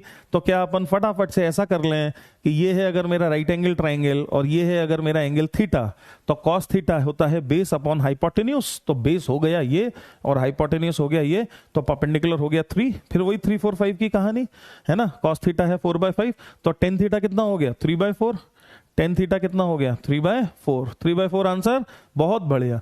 कुछ लोग अभी भी 4/3 लिख रहे हैं यार, 3/4 आंसर है यार, ऐसा ना करो भाई। 3/4 नितिन, राजलक्ष्मी, आयुष बिल्कुल सही, गौरव पांडे बिल्कुल सही, श्रेया सिंह बिल्कुल सही, बहुत बढ़िया, शाबाश। दूसरा करके बताओ जल्दी से दूसरा करके बताओ। Sine theta minus cos theta divided by cosec theta की वैल्यू निकालो जल्दी से। Sine theta minus cos theta divided by cosec theta. बिल्कुल जैसे क्लास में एंगेज रहते हैं ऐसे एंगेज रहना है भाई, है ना। और टेबल चेयर पर बैठ के ही लेक्चर्स को देखना है, मैंने आपसे वादा लिया हुआ है। टेबल चेयर पर बैठ के, अगर सुविधा है, अगर सुविधा है तो टेबल चेयर पर बैठ के ही लेक्चर्स को देखना है और काम करना है फटाफट फटाफट। जितनी देर आपका पेन चलेगा उतनी देर आप पढ़ रहे हैं। मैं तो पढ़ने को इस तरह से लेता हूं, मैं तो पढ़ने का समय काउंट करता हूं जितने समय पेन चलता है। पेन चलना चाहिए, पेन चलना चाहिए आपका, है ना, पेन चलना चाहिए। तो sine theta minus cos theta divided by cosec theta की वैल्यू चाहिए। बहुत सारे आंसर्स आ रहे हैं, आइए जरा देखें। ट्राइंगल बना हुआ है ऊपर, इस एंगल थीटा के करस्पॉन्डिंग, इस डेटा के करस्पॉन्डिंग जो राइट एंगल ट्राइंगल बना वो ये रहा, है ना, ठीक है जी। तो इससे हम देखें कि क्या क्या कहानी है। टेन थीटा कितना है, साइन थीटा कितना है, तो साइन थीटा है 3/5, तो मैं साइन थीटा की वैल्यू रख रहा हूं 3/5 माइनस कॉस थीटा कितना है 4/5, 4/5, ठीक है भाई साहब, divided by cosec theta, cosec theta that means 1/sin theta, sine theta था 3/5, तो 1/sin थीटा कितना हो गया 5/3, 5/3, ठीक है। ऊपर नीचे डिनोमिनेटर में 5 है, तो एलसीएम जब मैं ले लूंगा तो 3 - 4/5 दैट मींस -1/5 आएगा, तो -1/5 तो ऊपर से उतरा, और ये 5/3 में एक 5 नीचे रह गया और एक 3 ऊपर चला गया। तो अपना फाइनल आंसर क्या बना यारों, अपना फाइनल आंसर बना -3/25। बहुत बढ़िया, बहुत बढ़िया। अमन, सृष्टि और आस्था यादव, बहुत बढ़िया, है ना, बहुत बढ़िया। -3/25। प्रिया बहुत अच्छा, साक्षी क्या है, आदित्य, हाँ बहुत बढ़िया, बहुत बढ़िया, ठीक है जी। सिंपल, खत्म हो गई बात, एकदम सिंपल। चलो जी, बहुत अच्छा, ऐसे ही जुटे रहो। tan स्क्वायर थीटा भैया है 1/4, तो बता दो sign theta plus cos theta की होगा, sign theta plus cos theta की वैल्यू क्या होगी, जल्दी से बताइए। Sign theta plus cos theta क्या होगा अगर tan स्क्वायर थीटा है 1/4, tan स्क्वायर थीटा है, ध्यान रखना, tan स्क्वायर थीटा है 1/4, तो sine theta plus cos theta क्या होगा, जल्दी से बताएंगे, जल्दी से बताएंगे, जल्दी से बताएंगे। मॉड्यूल की पीडीएफ मिलेगी भाई आपको, शुरू के कुछ मॉड्यूल्स की पीडीएफ मिलेगी, बिल्कुल चिंता ना करें, बिल्कुल मिलेगी। और बहुत मटेरियल मिलेगा, मैं आपको इतना मटेरियल दूंगा, इतना मटेरियल दूंगा, इतना मटेरियल दूंगा, कितना मटेरियल दूंगा, इतना मटेरियल दूंगा कि आप थक जाएंगे, है ना। इसीलिए आपको एक्चुअली समय नहीं मिलेगा कुछ और करने का, है ना। आपको इतनी चीजें मिलेंगी, इतनी कहानियां मिलेंगी कि आप परेशान हो जाएंगे कि पढ़ें किससे और रिवाइज किससे करें। tan स्क्वायर थीटा है 1/4, तो tan थीटा कितना, tan थीटा कितना √of 1/4, है ना। tan स्क्वायर थीटा है 1/4, तो tan थीटा कितना √of 1/4, जिसकी वैल्यू कितनी आ गई 1/2, तो tan थीटा बन गया 1/2। फटाफट से राइट एंगल ट्राइंगल बना लिया। ये एंगल अगर थीटा है और tan थीटा होता है परपेंडिकुलर अपॉन बेस, तो परपेंडिकुलर अपॉन बेस, तो हाइपोटेन्यूज कितनी हो गई, हाइपोटेन्यूज कितनी हो गई अंडर रूट ऑफ परपेंडिकुलर का स्क्वायर प्लस बेस का स्क्वायर। मैं इस फॉर्मूले का इस्तेमाल कर रहा हूं, hypotenuse is equal to under root of perpendicular का स्क्वायर प्लस बेस का स्क्वायर, सबको आता है पाइथागोरस थ्योरम। तो 4 + 1 5 √5 है ना। अब चाहिए अपने को sine theta plus cos theta, तो sine theta plus cos theta, तो sine theta plus cos theta, sine theta plus cos theta, sine theta कितना हो गया इस चित्र में, इस डायग्राम में, perpendicular upon hypotenuse that means 1/√5 plus cos theta कितना हो गया 2/√5 बेस अपॉन हाइपोटेन्यूज 2/√5 2/√5 हेंस कितना आ गया 3/√5। देखें कितने लोगों ने आंसर दिया, बहुत सारे लोगों ने दिया होगा 3/√5। ओके बिल्कुल 3/√5। पीयूष, अमन, सभी बिल्कुल सही, बिल्कुल सही, बिल्कुल सही 3/√5। आकाश कुमार बिल्कुल सही, बहुत बढ़िया, थम्स अप, थम्स अप, बहुत बढ़िया, वेरी नाइस। लगे रहो, बढ़ते रहो, ऐसे ही करना है, बहुत ही बढ़िया। कोई लिख रहा है sign theta plus cos theta बराबर 1, हद हो गई है यार, हाँ ठीक है जी। तो आंसर है मेरा 3/√5। बहुत ही अच्छा, बहुत सुंदर लग रहा है कि आप लोग फटाफट फटाफट चीजों को देख पा रहे हैं।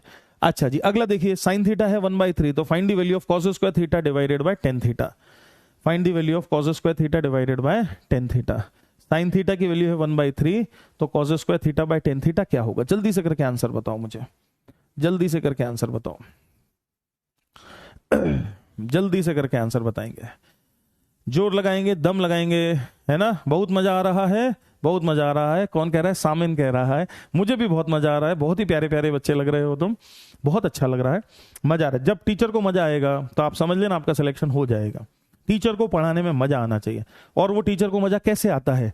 टीचर को मजा तब आता है जब आप इंटरैक्ट करते हैं, जवाब देते हैं, बात करते हैं, डाउट पूछते हैं। खुल के पूछो, जो पूछना है वो पूछो, है ना। जो भी तुम्हारे दिमाग में उलूल फिजूल बातें आती हो पूछो। तुमको लगता है उलूल फिजूल है, उलूल फिजूल नहीं है, पूछो, डिस्कस करो, है ना। अभी तो अपन कुछ पढ़ नहीं रहे पर करो, डिस्कस करो। मैंने भी जवाब दिया था, बहुत ही अच्छा। बेटा अनफॉर्चुनेटली मैं कुछ ही लोगों के नाम ले पाऊंगा, मेरे दिल में सब बच्चे हैं, है ना, मेरे दिल में सब लोग हैं। तो बिल्कुल आप, अगर मैं नाम नहीं ले रहा हूं आपका या नहीं ले पा रहा हूं, तो बिल्कुल परेशान होने की कोई भी जरूरत नहीं है। सर के दिल में सारे बच्चे हैं, है ना। और माता रानी देख रही है आपको, चिंता ना करें। तो साइन थीटा है 1/3, फटाफट से फिर वही खेल खेलेंगे हम। ये एंगल अगर थीटा है तो साइन थीटा 1/3 मतलब परपेंडिकुलर अपॉन हाइपोटेन्यूज, तो परपेंडिकुलर हो गया 1, हाइपोटेन्यूज हो गया 3, है ना। तो भाई साहब बेस क्या हुआ आपकी बार?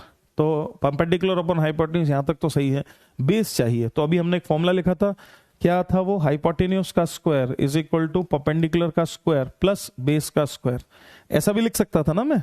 और यहां से अगर मुझे बेस निकालना हो तो क्या बेस का स्क्वायर इज हाइपोटेन्यूज का स्क्वायर माइनस परपेंडिकुलर का square, hence base is nothing but under root of h का स्क्वायर माइनस p का स्क्वायर। ये लिखने में अजीब सा लग रहा है, करने में बहुत आसान है, कुछ भी नहीं करना है। इसका स्क्वायर करो 9 में से इसका स्क्वायर माइनस करो, कितना आ गया 8, उसका रूट कर लो √8, दैट मीन्स 2√2 बेस हो गया, है ना। अब आ जाओ कॉस स्क्वायर थीटा, तो कॉस थीटा की वैल्यू कितनी? बेस अपॉन हाइपोटेन्यूज, तो that means 2√2 divided by 3 base upon hypotenuse का किया मैंने square divided by tan theta कितना भाई? परपेंडिकुलर अपॉन बेस, तो दैट मीन्स 1 डिवाइडेड बाय 2√2, है ना। अब देखिए आगे खेल, 2√2 का स्क्वायर कर दिया, 2√2 का स्क्वायर कर दिया, तो 2 का स्क्वायर यहां आया 4 और √2 का स्क्वायर 2, 8, तो ऊपर में तो आ गया 8, तो ये तो रहा 8 और ये 2√2 भी ऊपर चला जाएगा, तो 8 इंटू 2√2 तो ऊपर पहुंच गया, डिवाइडेड बाय 3 का स्क्वायर मतलब कितना? 9। कितना आंसर आ गया महाराज? आंसर आ गया है 16√2 divided by 9, 16√2 divided by 9। Answer आ गया है 16√2 डिवाइडेड बाय 9। आया है क्या? हाँ बिल्कुल आया है, बहुत बढ़िया, बहुत ही बढ़िया, बहुत बढ़िया। अमन का भी आ गया और रोशन का भी आ गया, मानसी का भी आ गया, नीरज यादव का भी आ गया, रंजीत का भी आ गया, है ना, सुदीप का भी आ गया, अरे ऋषिका का भी आ गया, किशन का भी आ गया, प्रतीक का भी आ गया, मोहित का भी आ गया। बहुत ही बढ़िया, उम्दा परफॉर्मेंस। आपको मिलता है गिफ्ट वाउचर। बहुत शानदार खेल रहे हैं आप, बहुत शानदार खेल रहे हैं। अगले पड़ाव की तरफ चलेंगे अब हम। बहुत बढ़िया, तालियां, बहुत अच्छा।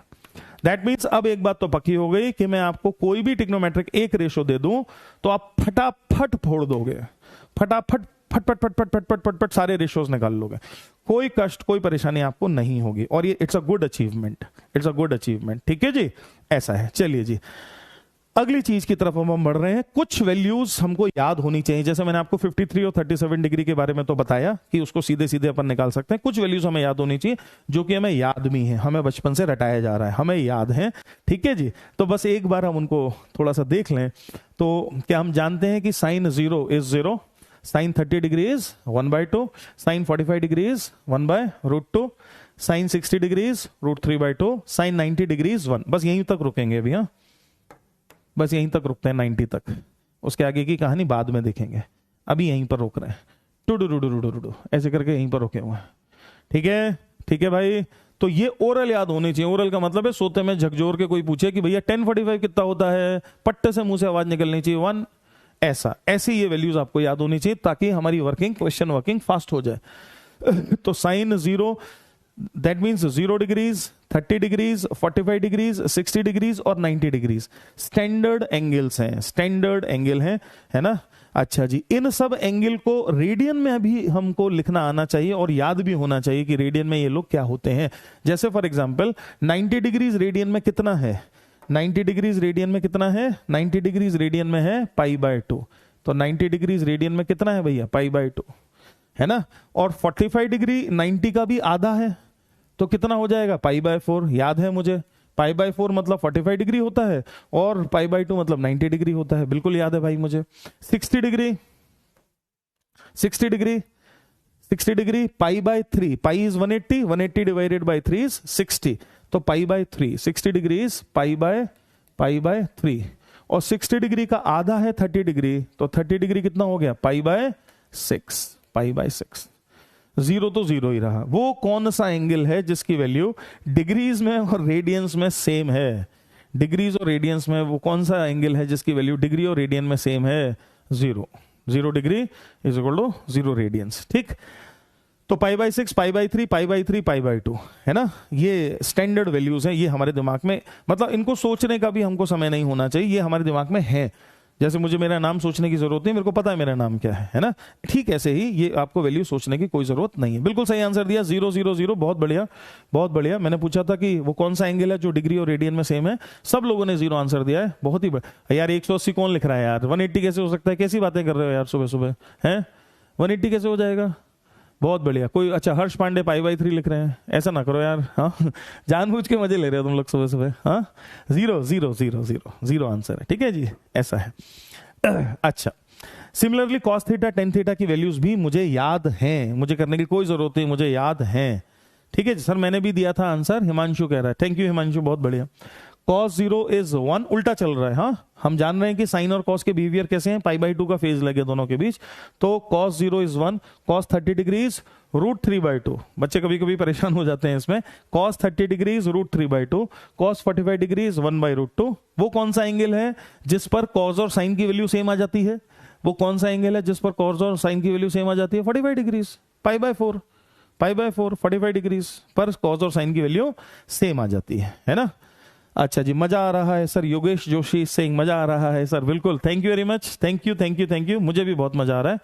स्पीड सही है सर, मैं धीरे धीरे ही चलूंगा, मैं गाड़ी भी धीरे ही चलाता हूँ मैं खाना भी धीरे धीरे ही खाता हूँ, और मैं पढ़ाता भी धीरे धीरे हूँ, पर कछुए की तरह पढ़ाऊंगा आपको, लगातार, सतत, बिना रुके, बिना थके।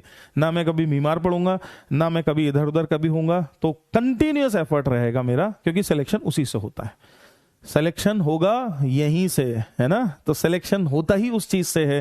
कंटिन्यूटी का खेल है लाइफ में, और वही सबसे मुश्किल चीज है भाई, सबसे मुश्किल चीज है कंटिन्यूअस होना, है ना, वही है मेन चीज। तो आपका चाहे कोई लेवल हो, आपका चाहे कोई बैकग्राउंड हो, उससे कोई फर्क नहीं पड़ रहा है, लगातार आपने काम किया, आईआईटी आपकी है। ये मैं आपको गुरु मंत्र दे रहा हूं, आज पहले ही दिन गुरु मंत्र दे रहा हूं, ठीक है जी। तो cos 0 1, cos 30 degree √3/2, cos 45 degree 1/√2, cos 60 degree 1/2, और cos 90 0। 10 में आ जाते हैं, tan 0 0, sin 0 भी 0 है, tan 0 भी 0 है, sin 0 भी 0 है, tan 0 भी 0 है, और cos 0 1 है, ऐसा दिमाग में रखना है, ठीक। और चूंकि tan थीटा है sin theta by cos theta, तो tan थीटा की वैल्यूज को दोनों को डिवाइड करके भी निकाल सकते हैं अपन। तो tan 30 degree 1/√3, tan 45 degree 1, tan 60 degree √3, tan 90 degree undefined या इनफाइनाइट। तो दो बातें दिमाग में रखने की यार, बहुत सिंपल है, tan 30 1/√3 होता है, tan 60 √3 होता है, बस tan 30 1/√3 होता है, tan 60 √3 होता है, बाकी तो tan 90 अनडिफाइंड या इनफाइनाइट है, tan 0 0 है, और tan 45 1 है ना, ऐसा, ठीक है जी। धीरे धीरे से खाते हैं, इसीलिए आप फिट हैं, मैं कहाँ फिट हूं हाँ, अच्छा जी। उसके बाद कुछ एंगल्स और हैं, इनको अभी हम सीखेंगे, ये जो बाकी के एंगल हैं ये भी हमारे दिमाग में याद होने चाहिए, पर अभी हम इनको सीखेंगे, अभी हम इन पर बात करेंगे। उससे पहले ये बात करनी बहुत ज्यादा जरूरी है भाई साहब, बहुत ज्यादा जरूरी है। ये जो टेबल है, ये टेबल बहुत ज्यादा जरूरी है, इसको देखें और समझने की कोशिश करें, ऐसा कैसे हो रहा है। इसको अच्छे से समझने के लिए आपको साइन और कॉस के ग्राफ का आइडिया होना चाहिए। आप मेरे हीरो हो प्रियांशु कुमारी सिंह, थैंक यू भाई साहब, thank you very much, thank you very much, thank you very much, thank you. प्रयास 3.0 से सबसे ज्यादा सिलेक्शन होगा, पूरे पीडब्ल्यू से सबसे ज्यादा सिलेक्शन होगा यार, पीडब्ल्यू बाढ़ लगा देगा इस बार सिलेक्शन की, देख लेना आप। हम तो खैर देख ही रहे हैं अंदर स्टूडेंट के परफॉर्मेंसेज और कैसा वो परफॉर्म कर रहे हैं। मैं अभी से आपको बता दे रहा हूं, 2024 के रिजल्ट में पीडब्ल्यू ने बाढ़ ना लगा दी तो आप नाम बदल देना। ऐसी क्रांति, एक क्रांति तो पहले आ गई है ना, अलग सर ने एक क्रांति तो पहले कर दी है, अब दूसरी जो क्रांति होने वाली है, दुनिया भर के लोगों की मिथ टूट जाएगी कि ऑनलाइन ऐसा, ऑनलाइन वैसा, ऐसी बाढ़ आएगी, ऐसी बाढ़ आएगी, ऊपर से नीचे तक सारी रैंक्स, टॉप रैंक्स भी, बीच वाली भी, सारी रैंक्स। दैट मीन्स वॉल्यूम भी होगा, क्वालिटी भी होगी, कंटेंट भी होगा, सब होगा। और दिन प्रतिदिन हम बेहतर होते जा रहे हैं, ऐसे ऐसे फीचर्स लेकर आ रहे हैं, ऐसे ऐसे फीचर्स लेकर आ रहे हैं कि कोई सोच भी नहीं सकता है ना। बिल्कुल बच्चे को घर में बैठे हुए ही वो फील करे कि वो क्लासरूम में है। जरूरत क्या है आपको कोटा आने की या कहीं बाहर रहने की और 10-10 हजार 12-12 हजार महीने की केवल रहने का खर्चा करने की क्या जरूरत है यार। आप आराम से अपने घर में रहो, अपने पेरेंट्स के आशीर्वाद लो, घर में ही पढ़ाई करो, अच्छे से पढ़ाई करो ना, क्योंकि मुद्दा कहीं जाके पढ़ने का थोड़ी है, मुद्दा तो पढ़ने का है। कहीं जाके थोड़ी कुछ होता है, पढ़ने का मुद्दा है। और पढ़ने के लिए कहीं जाने की जरूरत नहीं होती। और अब तो इतना सुविधा है यार, काश मैं इस समय स्टूडेंट होता और मुझे ये सुविधा मिल जाती तो आहा मजा नहीं आ जाता। आज आप इस समय दुनिया के बेस्ट टीचर से घर बैठ के पढ़ सकते हैं, बेस्ट कंटेंट घर बैठे ले सकते हैं, बेस्ट रिसोर्सेज को घर बैठे यूज कर सकते हैं। केवल अब एक चीज रह गई है जो आपकी जिम्मेदारी है, और वो है सिंसियरिटी। बस यहीं पर ऑनलाइन में थोड़ी सी गड़बड़ हो जाती है। सिंसियरिटी बच्चा लूज कर देता है। बस सिंसियरिटी अगर आपने, केवल आपको बस एक चीज पकड़नी है, इसलिए मैंने आपको शुरू ये किया था, आपको एक रिगरस शेड्यूल फॉलो करना है भाई साहब। उसमें थ्योरी वेरी नहीं पढ़नी है, क्योंकि थ्योरी पढ़ने के नाम पर बच्चे केवल टाइम वेस्ट करते हैं। HCV खोल लिया, पन्ने पलट रहे हैं, एक पन्ना आधा घंटे से है, एक लाइन पढ़ी नहीं है उसकी, बस वो नहीं करना है। आपने सवाल करने हैं, क्योंकि सवाल जब हम करते हैं तो हमारा पूरा दिमाग लगता है, हम इन्वॉल्व होते हैं उसमें। थ्योरी पढ़ने में क्या है, NCERT खोल के पन्ने पलटते रहो पन्ने, फिर वो लोग कुछ तो समझ में आ नहीं रहा है। वो नहीं करना है, उसके लिए मैं हूं, मैं कराऊंगा सब, बिल्कुल चिंता ना करें आप, ठीक है जी, बिल्कुल भी चिंता ना करें। सारी थ्योरी मुझ पर, मनीष शर्मा पर छोड़ दे, मेरी मॉरल जिम्मेदारी है। मैं वादा करता हूं आपसे, ये रहा वादा, गॉड प्रॉमिस है ना, हेल मुगेम्बो, गॉड प्रॉमिस, सब कराऊंगा। जब तक फोड़ेंगे नहीं तब तक छोड़ेंगे नहीं, जब तक फोड़ेंगे नहीं तब तक छोड़ेंगे नहीं, ऐसा हम करेंगे। आप तो अपने दिमाग में ये सोचो कि कौन सा कॉलेज जाओगे। अभी कोई लिख रहा था है ना, IIT कानपुर एंड ऑल। आप तो ये सोचो कि आपके घर के पास कौन सा IIT है, वहां जाना है आपने, या आपको कौन सा IIT पसंद है, वहां जाना है आपने। बाकी तो अब आप छोड़ दीजिए। अब आप एक ऐसे कह लीजिए रॉकेट पर बैठ गए हैं जिसका काउंट डाउन चल रहा है, 3, 2, 1 ऐसे काउंट डाउन चल रहा है, क्योंकि प्रयास 3.0 में जो मिल रहा है आपको, गजब है, ड्रीम। ठीक है जी, तो एक बार जरा हम साइन का अगर ग्राफ देखें, अगर मैं आपको y = sin थीटा फंक्शन का ग्राफ दिखाऊं, ठीक है, तो y = sin थीटा का फंक्शन का ग्राफ सबको आता है, वैसे कुछ खास बात तो नहीं है। तो ग्राफ कुछ इस तरह का होता है, इसको सिनोसॉइडल कर्व बोलते हैं ना, सिनोसॉइडल, ऐसे ऐसे ऐसे है ना, ऐसे ऐसे ऐसे ऐसे बन गई ना साइन वेव, अरे वाह बड़ी अच्छी बन रही है, ऐसे। तो ऐसे जो है ये ग्राफ है, ठीक।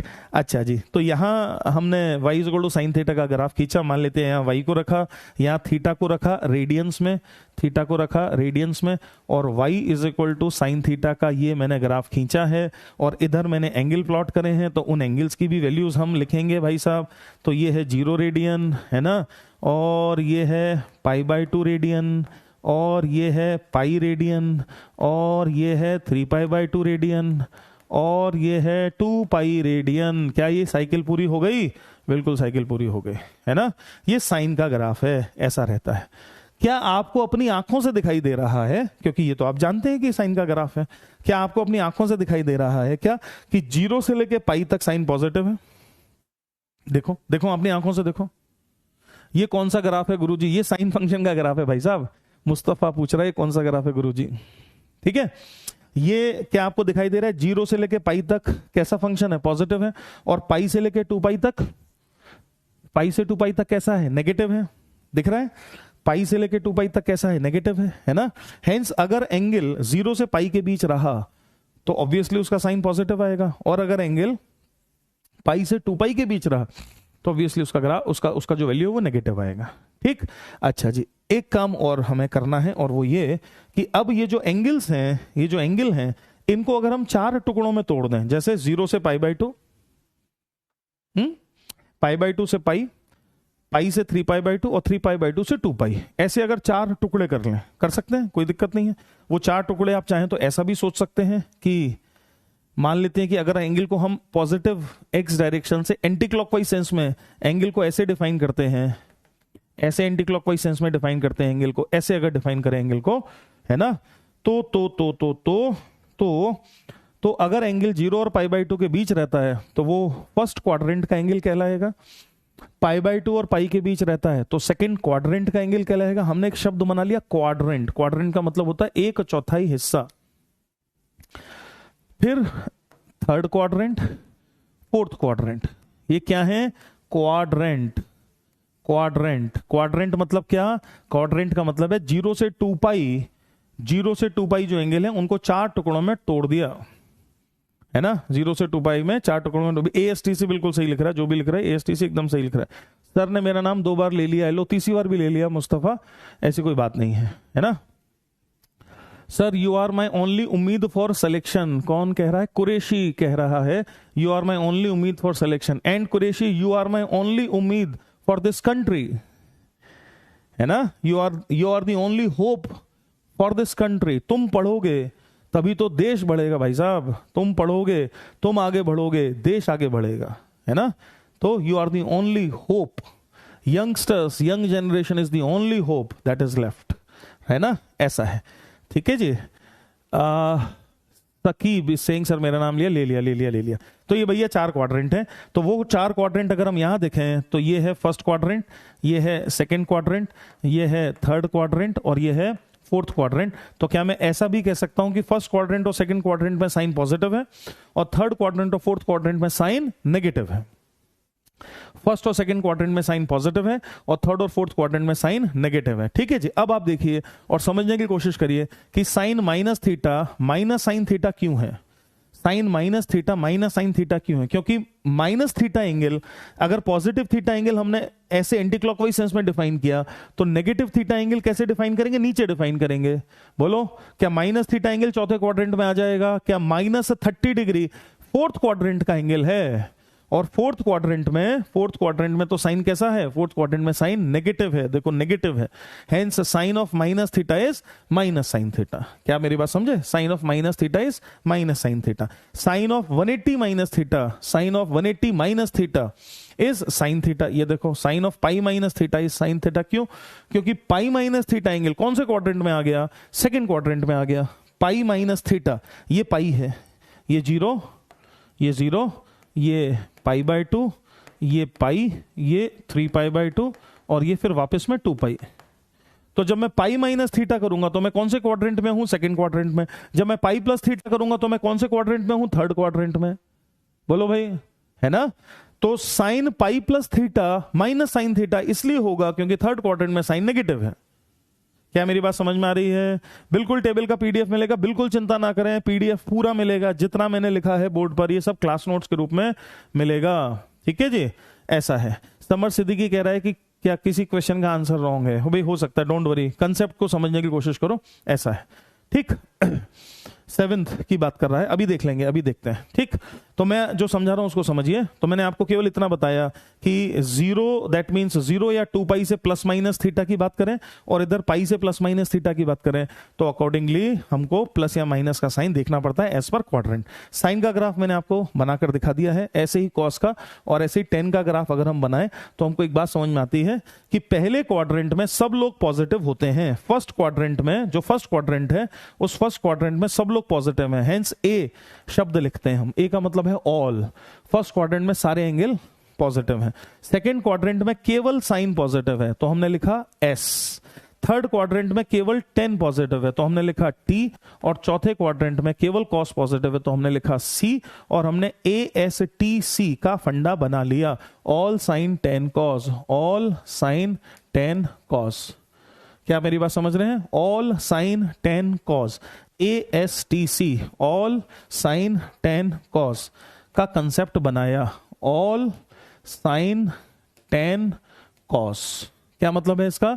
फर्स्ट क्वाड्रेंट में ऑल पॉजिटिव, सेकंड क्वाड्रेंट में साइन पॉजिटिव, थर्ड क्वाड्रेंट में 10 पॉजिटिव और फोर्थ क्वाड्रेंट में cos positive. Add sugar to coffee after school to college, कुछ भी, हाँ आफ्टर स्कूल टू कॉलेज भी आ गया, मुझे भी अपना टाइम याद आ गया, हमें भी जो पढ़ाया गया था तो यही कहा गया था, after school to college add sugar to coffee, है ना? बिल्कुल सही बात है, ऐसा हम बिल्कुल कह सकते हैं। तो ASTC जो फंडा है हमारा, है ना, ASTC जो चीज है, उस ASTC की मदद से हम साइन वगैरह डिसाइड करते हैं कि किसका क्या साइन है, कौन पॉजिटिव है कौन नेगेटिव है। और अभी मैंने आपसे जो कहा उसके अनुसार मैंने आपसे केवल ये कहा कि 0 और 2 पाई एक जैसी चीजें हैं। ऑल सिल्वर टी कप्स, बहुत ही बढ़िया बात है यार, नई नई बातें सीख रहे हैं हम तो, है ना। तो 0 और 2 पाई एक जैसा है, ठीक है जी। तो pi minus theta, pi plus theta, जैसे फॉर एग्जांपल अगर हम sine of pi minus theta लिखें, हम cos of pi minus theta लिखें, और हम tan of pi minus theta लिखें, tan of pi minus theta लिखें, तो क्या हम समझ रहे हैं कि pi minus theta second quadrant का एंगल होने की वजह से क्या साइन पाई माइनस थीटा तो साइन थीटा बनेगा, दैट मीन्स पॉजिटिव रहेगा। पर क्या ये दोनों भाई नेगेटिव हो जाएंगे? क्यों हो जाएंगे नेगेटिव? क्योंकि सेकेंड क्वाड्रेंट में है ना, सेकेंड क्वाड्रेंट में। वहीं अगर हम ऐसे लिखते sine of pi plus theta is equal to cos of pi plus theta is equal to और tan of pi plus theta is equal to, तो पाई प्लस थीटा कौन से क्वाड्रेंट का एंगल होता? थर्ड क्वाड्रेंट का angle होता है ना। पाई प्लस थीटा कौन से क्वाड्रेंट का एंगल होता? थर्ड क्वाड्रेंट का एंगल होता। तो थर्ड क्वाड्रेंट के एंगल होने की वजह से थर्ड क्वाड्रेंट में कौन पॉजिटिव है? 10 पॉजिटिव है तीसरे क्वाड्रेंट में, तो 10 वाला आंसर तो पॉजिटिव आता।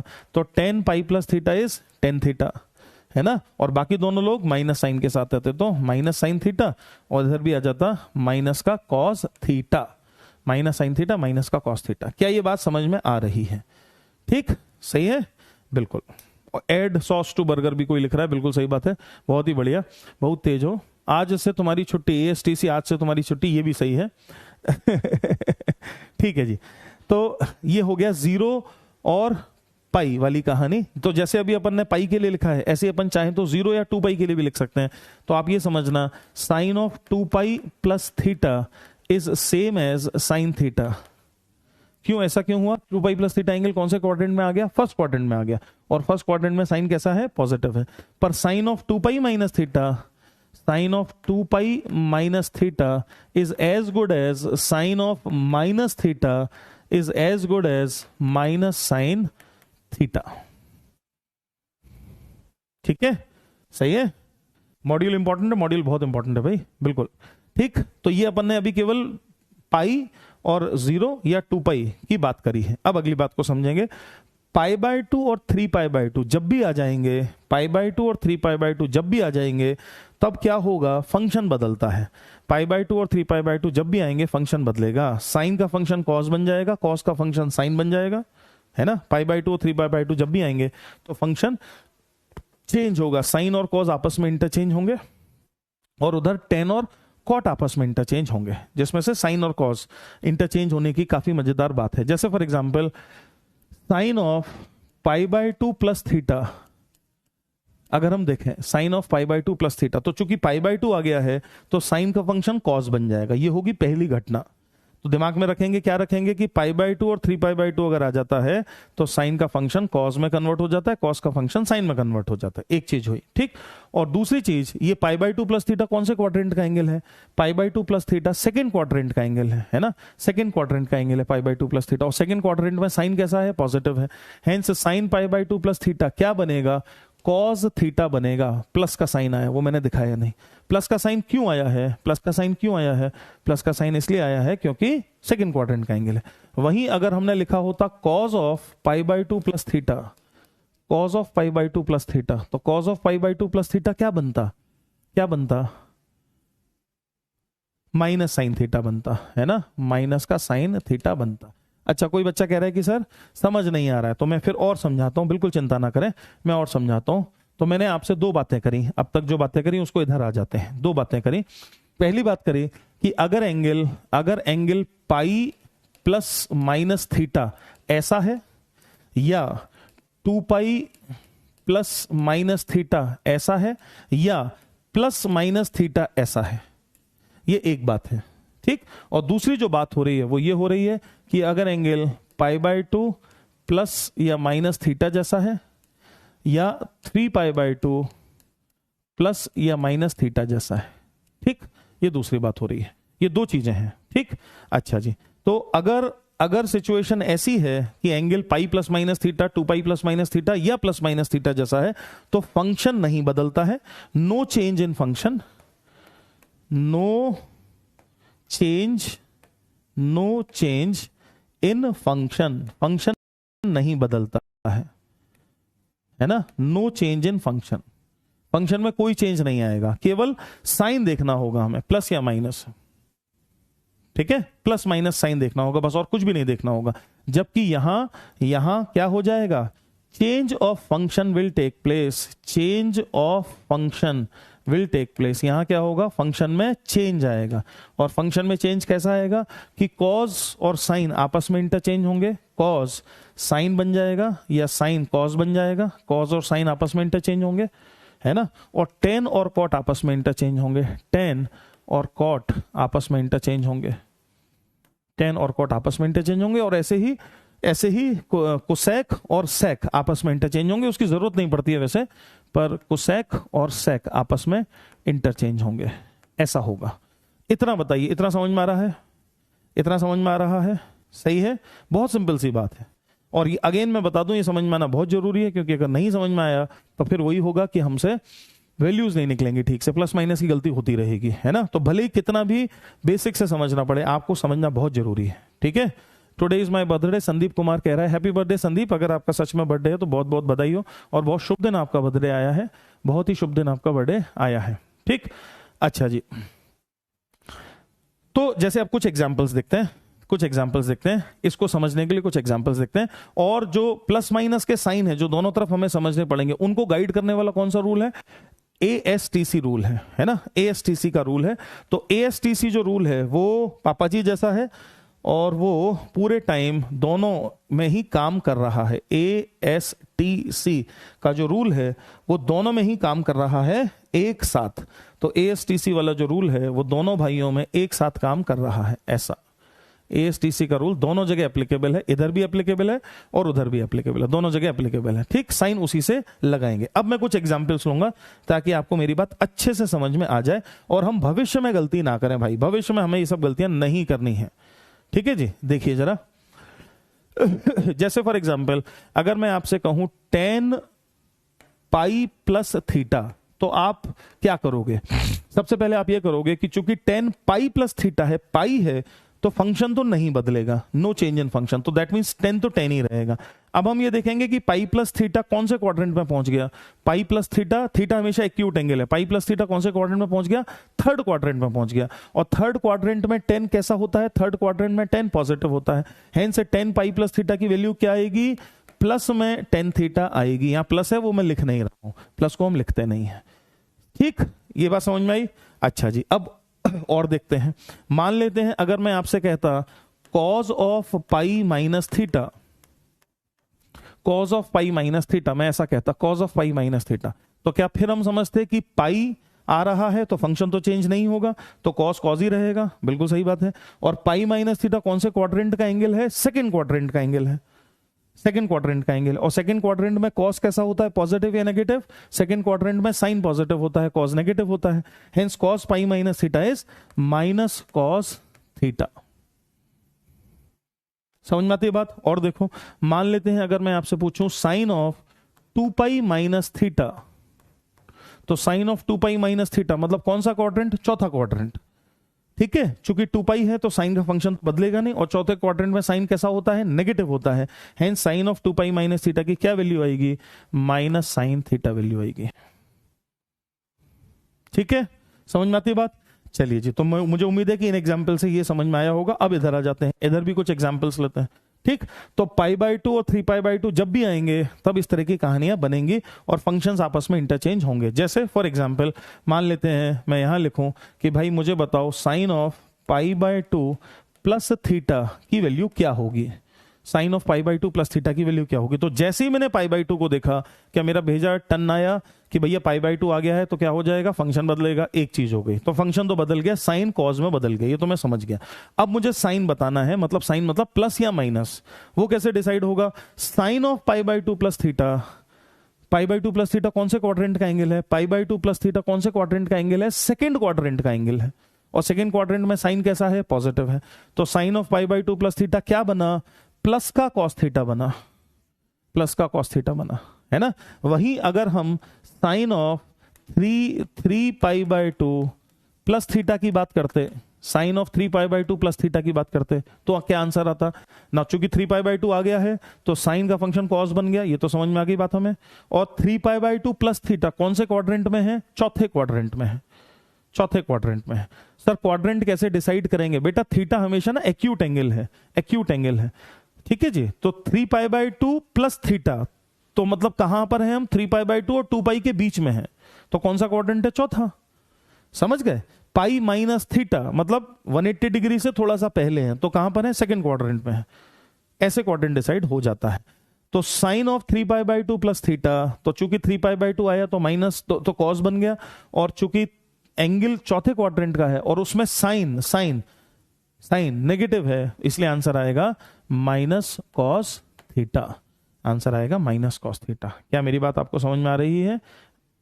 ठीक है जी। सर ट्रिग्नोमेट्री का यूज फिजिक्स में कब तक है? ट्रिग्नोमेट्री का बेटा काफी यूज है फिजिक्स में, काफी ज्यादा यूज है ट्रिग्नोमेट्री का फिजिक्स में। ठीक, तो अब मैं उम्मीद कर रहा हूं कि अब हम ये टेबल समझने की स्थिति में आ गए हैं। एक एक करके सब चीजों को देखें, और अगर कहीं कुछ एरर है तो उसको भी रेक्टिफाई करें। कोई कह रहा था कि कहीं पर कुछ एरर है, उसको भी देख लेते हैं। एक एक करके सबको देख रहे हैं। पहला है sine minus theta is minus sine theta. समझ में आता है? साइन माइनस थीटा मतलब चौथे क्वाड्रेंट का एंगल हुआ, और चौथे क्वाड्रेंट का एंगल होने की वजह से माइनस साइन थीटा बना। बिल्कुल सही है। साइन ऑफ 90 माइनस थीटा, 90 आते ही साइन कॉस बन गया, और 90 माइनस थीटा फर्स्ट क्वाड्रेंट में है ना? 90 माइनस थीटा फर्स्ट क्वाड्रेंट में है, तो कॉस थीटा बन गया। बिल्कुल सही है। Sine of 90 plus theta cos theta हो गया। बिल्कुल सही है।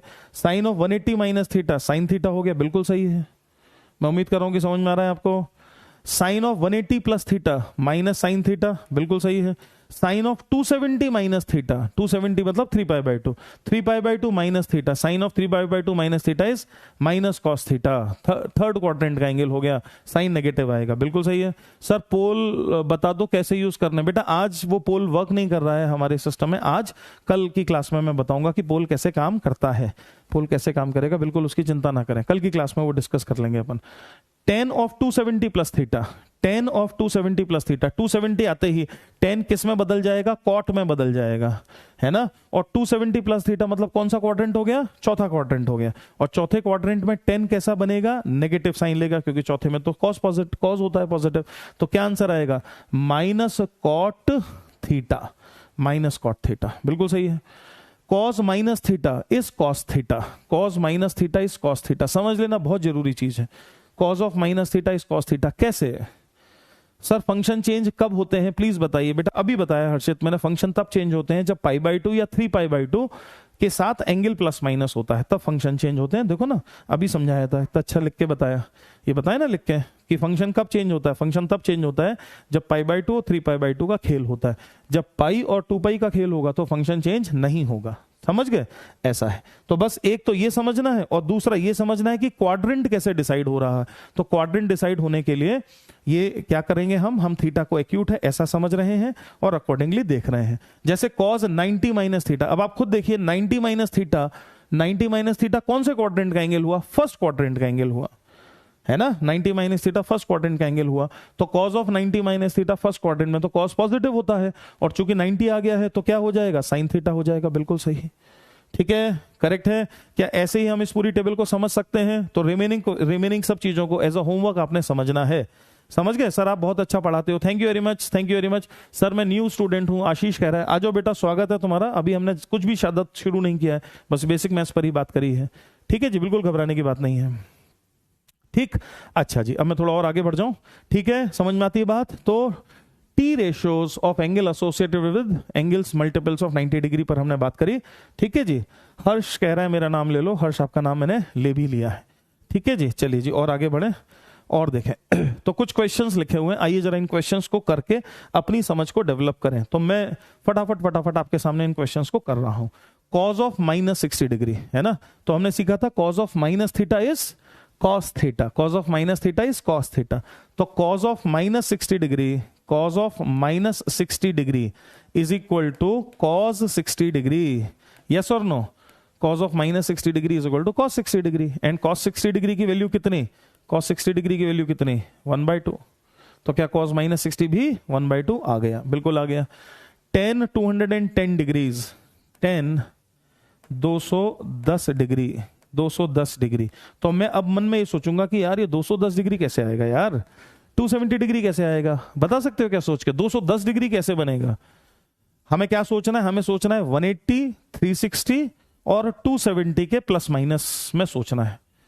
हमें क्या सोचना है? हमें 180 के प्लस माइनस, या 270 का प्लस माइनस, या 360 का प्लस माइनस, हमें ऐसा सोचना है, या 90 का प्लस माइनस, ऐसा सोचना है। क्लिक किया है क्या? 210, हाँ बहुत बढ़िया, अरे वाह, वेरी गुड वेरी गुड, बहुत बढ़िया, क्लिक कर रहा है, चमकने लगा, चमकने लगा। 180 प्लस 30 से भी बनेगा 210 और 270 माइनस 60 से भी बनेगा 210। शाबाश, बस यही सीखना था। 210 डिग्री को लिखना हो तो 210 डिग्री को 270 माइनस 60 भी लिख सकते हैं, 270 माइनस 60 भी लिख सकते हैं, और एक और तरीके से भी लिख सकते हैं, कितना?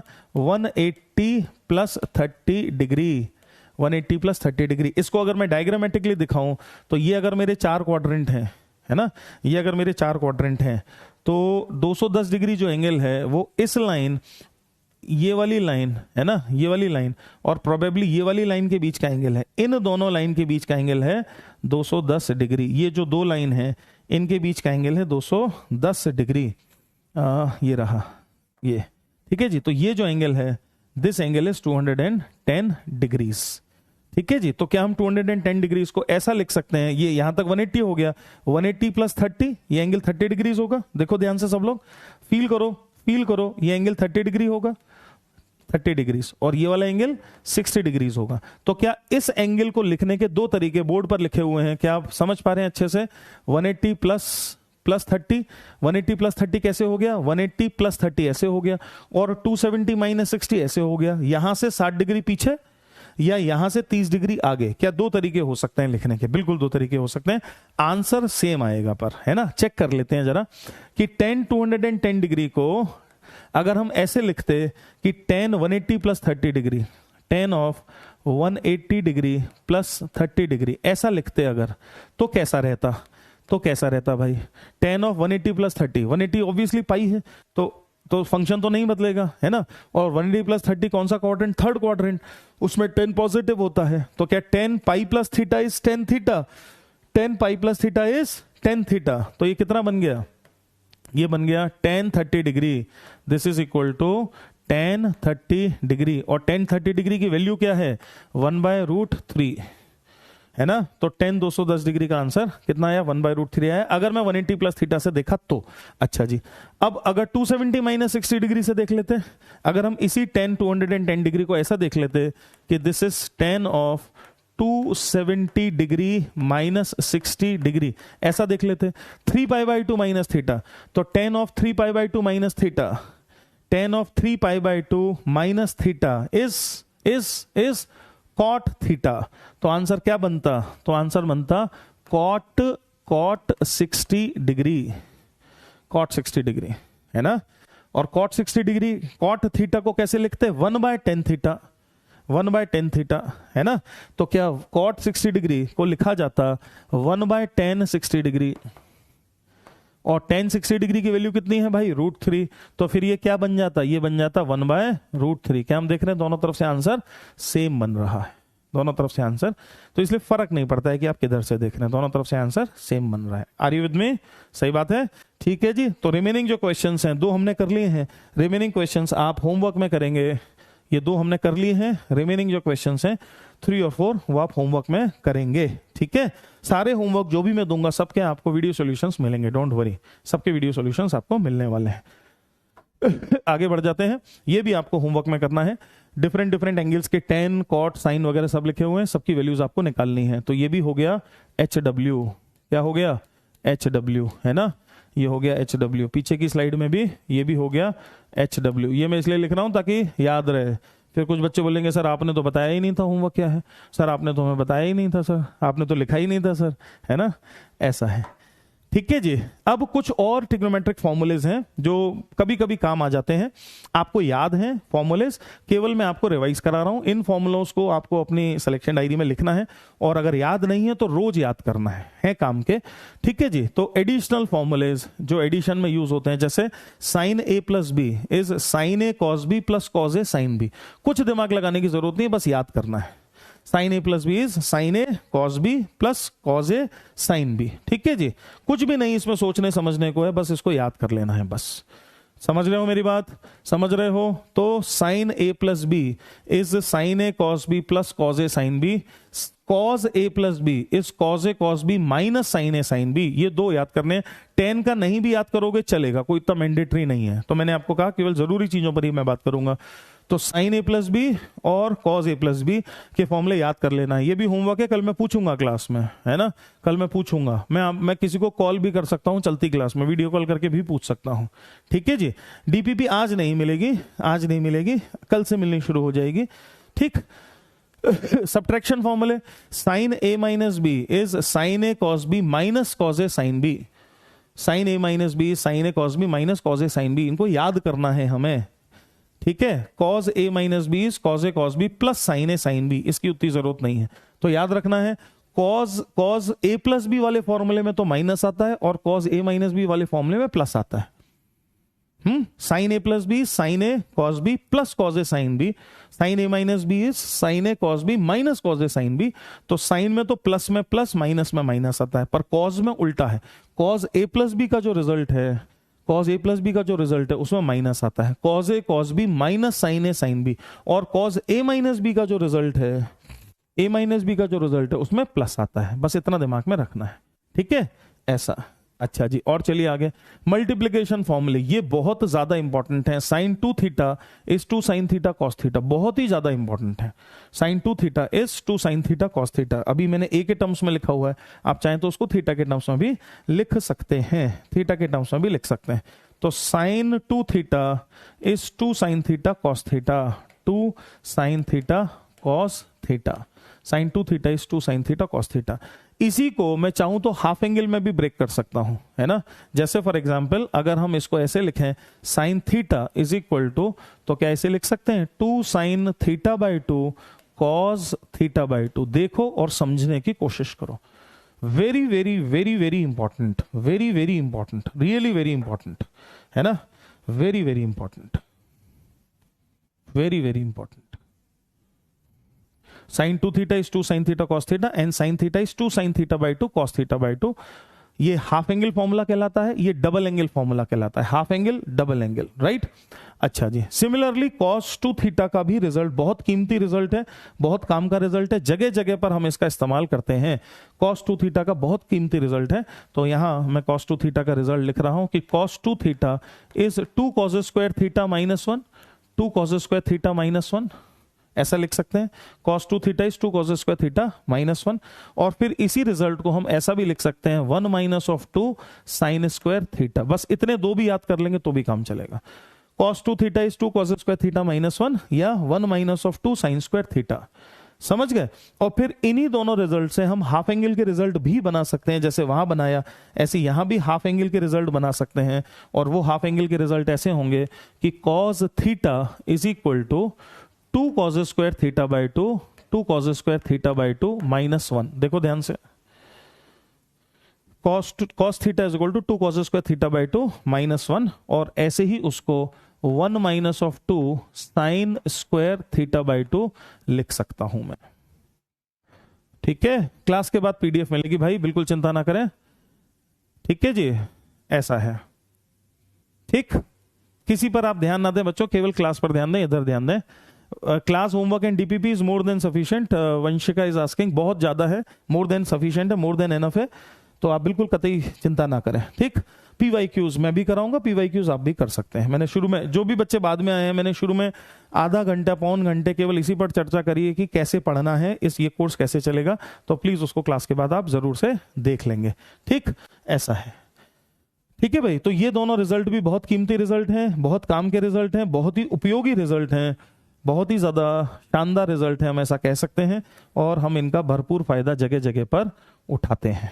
ठीक है, ऐसा है। ठीक, तो टेन थीटा वाले रिजल्ट को याद करने की कोई ज्यादा खास जरूरत हमें नहीं है, ये उतना काम का रिजल्ट नहीं है, तो इसको छोड़ दे रहे हैं। केवल जरूरी चीजें ही मैं आपको बता रहा हूं। तो फिर एक बार बता दूं क्या क्या किया मैंने।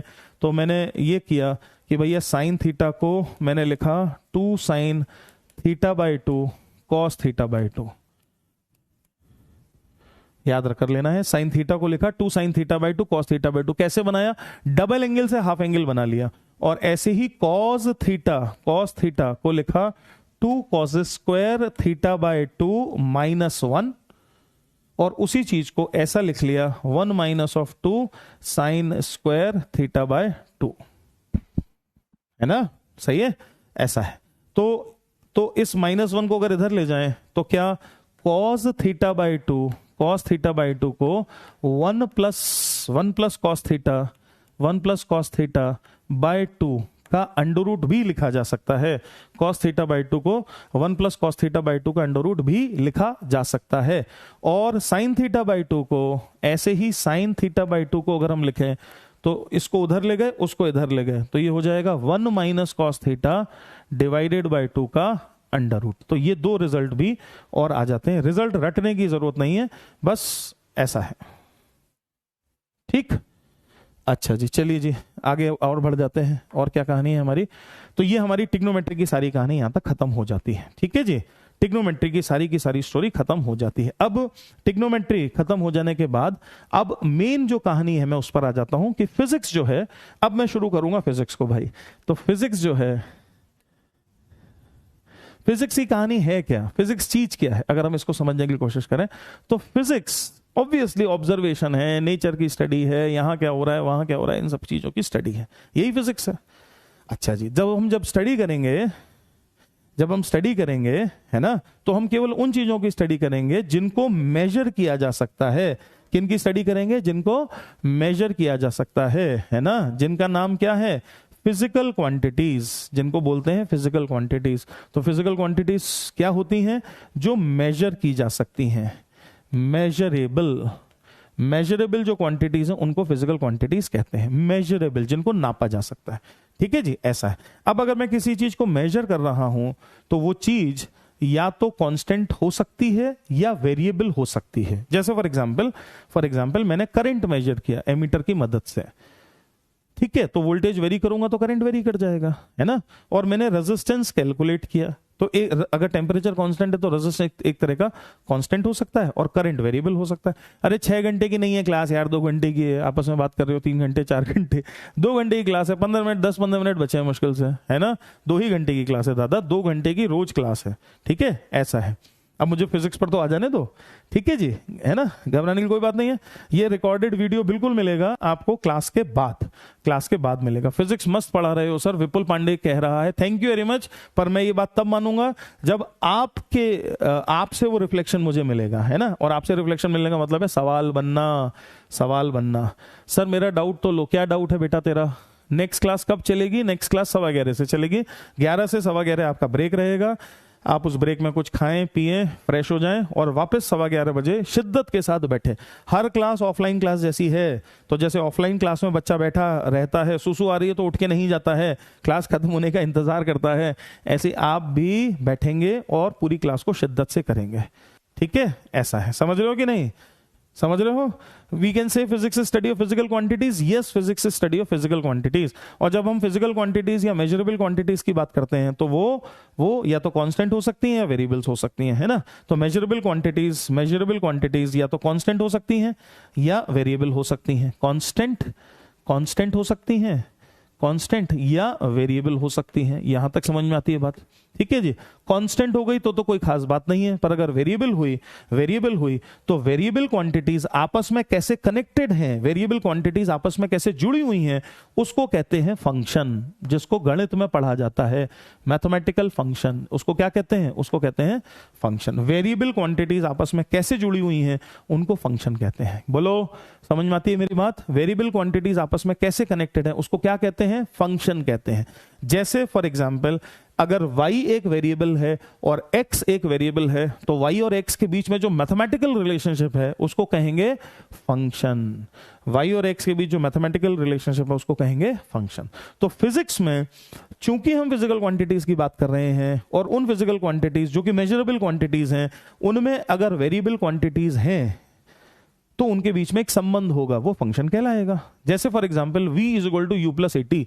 अगर मैं v = u + 80 की बात करूं, v = u + 80, की अगर मैं बात करूं तो इस एक्सप्रेशन में कौन वेरिएबल है और कौन कांस्टेंट है, ये बताओ। कौन वेरिएबल है और कौन कांस्टेंट है? इस एक्सप्रेशन में वेरिएबल है v और t, ये दोनों वेरिएबल हैं, और कांस्टेंट है u, क्योंकि u है इनिशियल वेलोसिटी। अब जब बॉडी चल दी तो इनिशियल वेलोसिटी तो कांस्टेंट ही हो गई ना, और a है एक्सेलरेशन, वो भी कांस्टेंट है, क्योंकि कांस्टेंट एक्सेलरेशन के लिए ही v = u + at आता है। वीडियो कॉल कैसे करोगे सर? वीडियो कॉल करूंगा, है ना, विपराज नहीं करूंगा, ठीक है जी। आप मेरा मैसेज क्यों नहीं देख रहे हो? प्रियांशु, मैं गुस्सा हूं तुमसे, इसलिए नहीं देख रहा हूं प्रियांशु। इसलिए नहीं देख रहा हूं। नमस्ते सर, सुन लो हमारी। अभय किसके? बोलो भाई अभय, क्या कहना चाहते हो? बिल्कुल सुनने को तैयार हूं, है ना, ऐसा। Love you sir, love you everyone, love you love you love you love you love you. मेरा दिल जो है बाग बाग हो गया है तुम लोगों से बात कर करके, ठीक है जी। तो मैंने आपसे कहा कि भाई साहब v वेरिएबल है और इधर t वेरिएबल है, और आपको ये जो लिखा हुआ दिख रहा है ये है फंक्शन, मैथमेटिकल फंक्शन। सिंपल भाषा में या सिंबॉलिक भाषा में हम इसको ऐसे लिख सकते हैं कि v is function of t। लिख सकते हैं क्या? v is function of t। Symbolic भाषा में हम इसको ऐसे लिख सकते हैं कि v is function of t। सही है। यहां से फंक्शन की कहानियां शुरू होती हैं। v is a function of t, ठीक है जी। तो फिजिक्स में बहुत सारे एक्सप्रेशंस आएंगे जिनमें एक क्वांटिटी दूसरी क्वांटिटी से कनेक्टेड रहेगी, वो मैथमेटिकल फंक्शंस होंगे। ये मैथमेटिकल फंक्शंस बहुत सारे तरह के हो सकते हैं, जिसमें से कुछ उदाहरण, कुछ एग्जांपल्स मैं आपको यहां पर लेने वाला हूं। तो फंक्शंस कुछ एग्जांपल मैं यहां पर लेने वाला हूं। जैसे फॉर एग्जांपल अगर मैंने एक क्वांटिटी y पर प्लॉट करी और एक क्वांटिटी को x बोला, तो सबसे पहला और सबसे इंपॉर्टेंट तरह का फंक्शन है अगर y x के डायरेक्टली प्रोपोर्शनल हो जाए। अगर y x के डायरेक्टली प्रोपोर्शनल हो जाए, जैसे हमारे पिछले एग्जांपल में v t के डायरेक्टली प्रोपोर्शनल है। क्या आप देख पा रहे हैं? v t के डायरेक्टली प्रोपोर्शनल है। ऐसे ही अगर एक क्वांटिटी y दूसरी क्वांटिटी x के, या एक वेरिएबल y दूसरे वेरिएबल के डायरेक्टली प्रोपोर्शनल हो जाए, तो ऐसा फंक्शन कहलाता है लीनियर फंक्शन। क्या कहलाता है? लीनियर फंक्शन, है ना। और हर फंक्शन का अगर हम एक ग्राफ प्लॉट कर लें सॉरी, थोड़ा गला मेरा खराब हो रहा है। अगर हम हर फंक्शन का एक ग्राफ प्लॉट कर लें, है ना, तो जो मैथमेटिक्स है इसका, उसकी एक पिक्टोरियल इमेज आ जाएगी, उसकी एक शक्ल दिखने लगेगी, उसको बोलते हैं ग्राफ। तो फंक्शंस एंड देयर ग्राफ, ये है मेन कहानी। फंक्शंस एंड देयर ग्राफ, ये है जो हमें अगली चीज को देखना और समझना है। फंक्शंस एंड देयर ग्राफ, ठीक है, ऐसा है भाई। जिसमें से सबसे पहली चीज मैंने आपसे क्या कही? लीनियर फंक्शन, है ना, लीनियर फंक्शन। तो लीनियर फंक्शन जो y प्रोपोर्शनल टू x है, हर लीनियर फंक्शन को हम चाहें तो जो स्ट्रेट लाइन की इक्वेशन है y = mx + c, इस फॉर्मेट में ला सकते हैं। y = mx + c फॉर्मेट में ला सकते हैं, है ना, y = mx + c फॉर्मेट में ला सकते हैं। सही बात है। यहां पर c क्या है? y इंटरसेप्ट है, और m क्या है? स्लोप है। c y इंटरसेप्ट है और m स्लोप है। और एक स्ट्रेट लाइन, मैं y एक्स ग्राफ में एक स्ट्रेट लाइन दिखा दूं, जैसे कि अभी अगर मैं एक स्ट्रेट लाइन दिखा दूं, मान लेते हैं ऐसे, y एक्स ग्राफ में अगर मैं एक स्ट्रेट लाइन दिखा दूं ऐसे, है ना, तो इस स्ट्रेट लाइन की ये रिप्रेजेंटेटिव इक्वेशन हो सकती है। समझ रहे हो? ये जो y इंटरसेप्ट है, ये होता है कि ग्राफ y एक्सिस को कहां काट रहा है। जैसे ग्राफ y एक्सिस को यहां काट रहा है, इस जगह पर काट रहा है, तो ये बना y इंटरसेप्ट। और जो m है, ये जो m है, ये होता है स्लोप, ये होता है स्लोप। और स्लोप क्या बला है? स्लोप पॉजिटिव एक्स एक्सिस से जो एंगल बन रहा है, ये वाला जो एंगल बन रहा है, अगर हम इस एंगल को थीटा बोलें, तो इस एंगल का जो tan थीटा है, that is called as slope. तो देख रहे हो ट्रिग्नोमेट्री यहां भी लिंक्ड है। और अगर इस डायग्राम को अगर हम देखें, तो क्या थीटा 90 से बड़ा है? ऑब्ट्यूस एंगल है, मतलब सेकंड क्वाड्रेंट में आ गया। और कैसा है सेकंड क्वाड्रेंट में? tan negative. सेकंड क्वाड्रेंट में tan कैसा है? नेगेटिव, है ना। तो क्या स्लोप भी नेगेटिव हो गया इसका? क्या इसका स्लोप नेगेटिव हो गया?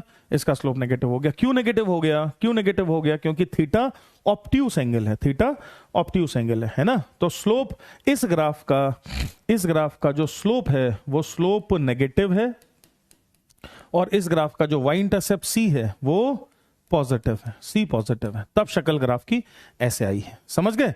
तो इस प्रकार से ग्राफ और फंक्शंस पर बात करेंगे कल की क्लास में। अभी तो मैंने हल्का सा इंट्रोड्यूस किया है, तो कल की क्लास में हम ग्राफ और फंक्शंस पर बात करेंगे। तो आज की क्लास में हमने केवल जो किया है वो केवल ट्रिग्नोमेट्री को समझा है। हैंस आज की क्लास में जो मैं आपको होमवर्क दे रहा हूं वो केवल ट्रिग्नोमेट्रिक क्वेश्चंस का होमवर्क है, जो कि इस शीट में यहां पर पड़े हुए हैं। प्रैक्टिस टाइम, ये प्रैक्टिस टाइम आपका समय है, तो ये आपको पीडीएफ मिलेगी। ये प्रैक्टिस टाइम है ना, अभी को आप देखेंगे और फिर इसमें कई सारे क्वेश्चंस हैं। ये क्वेश्चंस राइट, क्वेश्चंस ये, तो ये सारे क्वेश्चंस आपको सॉल्व करने हैं, इनके सॉल्यूशंस आपको मैं रिकॉर्ड करके मिलेंगे। ठीक है जी। तो कल की क्लास में जब हम मिलेंगे तो फंक्शन एंड ग्राफ से हम बात करना शुरू करेंगे। ये जो मैं होमवर्क दे रहा हूं, इस होमवर्क के वीडियो सॉल्यूशंस अलग से मिलेंगे। क्या ये बात क्लियर हो रही है? तो हम होमवर्क का डिस्कशन क्लास में तब तक नहीं करेंगे जब तक कोई बहुत इंपॉर्टेंट बात ना हो, कोई ऐसी चीज ना हो जिसको क्लास में डिस्कस करना जरूरी हो, तब तक हम बात नहीं करेंगे। वो अलग से रिकॉर्डेड आपको मिलेगा। ठीक है, क्या मेरी बात समझ में आ रही है? तो आज केवल एक इंटरेक्शन और बातचीत और इस तरह की कहानियां हमने कही, ये सारा खेल चलेगा। होमवर्क की कहानी हो गई। तो होमवर्क में क्या करना है? All question in this PDF. ठीक है, जितने भी क्वेश्चन इस पीडीएफ में हैं वो सारे क्वेश्चन आपने होमवर्क के रूप में करने हैं। ठीक है जी। इस पर हम कल बात करेंगे, जो ट्रिग्नोमेट्री पर बेस्ड हैं, बेस्ड ऑन ट्रिग्नो, है ना, बेस्ड ऑन ट्रिग्नोमेट्री। तो बस ट्रिग्नोमेट्री ही मैंने आपको आज पढ़ाया है और उसके साथ ही जो है हम आज का खेल खत्म करने वाले हैं, आज की कहानी को खत्म करने। अभी रुक जाओ, जाओ नहीं, अभी हमारा पूरा समय नहीं खत्म हुआ है। अभी तो 5 मिनट बकाया है, 5 मिनट मैंने रोक लिए हैं, क्योंकि हमारे साथ मेरे एक बहुत ही बढ़िया दोस्त और आपके अगले जो फैकल्टी हैं, अगले जो सर हैं, जितेंद्र हिरवानी सर, वो हमारे बीच आ चुके हैं। तो मैं चाह रहा हूं कि अभी इसी क्लास में आप उनसे भी इंटरेक्ट कर लें और फिर उसके बाद 10-15 मिनट का ब्रेक लें और फिर 11:15 बजे से सर से पढ़ना शुरू करें। ठीक है जी। तो सर हिरवानी सर को मैं बहुत बहुत स्वागत करता हूं, बुलाता हूं। 1 सेकेंड। तो भैया आ जाइए, सर का स्वागत कर लीजिए। सर आ गए हैं आपसे मिलने के लिए। Hi everyone. तो ये हमारे बहुत ही प्यारे मित्र भी हैं और आपको केमिस्ट्री के गॉड भी हैं, ऐसा कह सकते हैं। हाँ भाई, मजा आ गया। आज इतना इंटरेक्शन हुआ है सर, इतना मजा आया है, इतना दिल खुश हुआ है जिसको बता नहीं सकता हूँ। बहुत ही मजा आया है ना भाई। तो सर से दो शब्द सर से भी सुन लीजिए और फिर 2 घंटे अभी मैं पकाने वाला हूँ बच्चों, आप लोगों को बिल्कुल भी चिंता ना करें। अच्छा। बट ये डेडिकेशन एक दिन का ना रखें, ये ध्यान रखें जी, है ना। वादा करा है ना, 0 से हीरो का नारा हमारा तभी फलीफूत होगा जब हम जुटे रहेंगे आखिरी तक। नहीं, जुटे तो रहेंगे, उन्होंने वादा किया। जल्दी से दिल दे दो बहुत सारे, अगर जुटे रहना है, अगर साथ रहना है तो जल्दी से दिल दे दीजिए खूब सारे हमको, और डबल आ जाने चाहिए। अब तो 2 लोग आपके सामने आ गए। बिल्कुल, सभी को हाय हेलो बच्चों, काफी बच्चे हेलो सर बोल रहे हैं। ठीक है, बहुत बढ़िया। जल्दी से आप भी अपनी एनर्जी गेन कर लीजिए, कुछ खा पी लीजिए, क्योंकि अगले 2 घंटे है ना। सर ने, मुझे लगता है आपने ज्ञान की बातें तो कर दी होंगी। ठीक है, चलेगा सब बता दिया, हाँ है ना। तो अब सर आपको सीधे बिल्कुल, हाँ, मुझे लगता है कि आप पढ़ाई चालू करते हैं हम लोग। हाँ, तो मैंने तीनों ही लोगों का मैंने अकेले ही बाहर संभाल लिया है और सारी बातें बिल्कुल बच्चों को समझानी है कि कोर्स कैसे चलेगा, डाउट कैसे पूछने हैं, सारी बातें डिस्कस कर ली हमने, वादे भी कर लिए हैं, और अब सीधे पढ़ाई। दैट मीन सीधी बात नो बकवास की कहानी चलेगी। ठीक है बच्चों, तो चलो ब्रेक ले लो, फिर अभी सर से आप दोबारा मिलोगे 11:15, राइट? हाँ बिल्कुल, 11:15 पर। ठीक है, thank you very much. Okay बच्चों, बाय।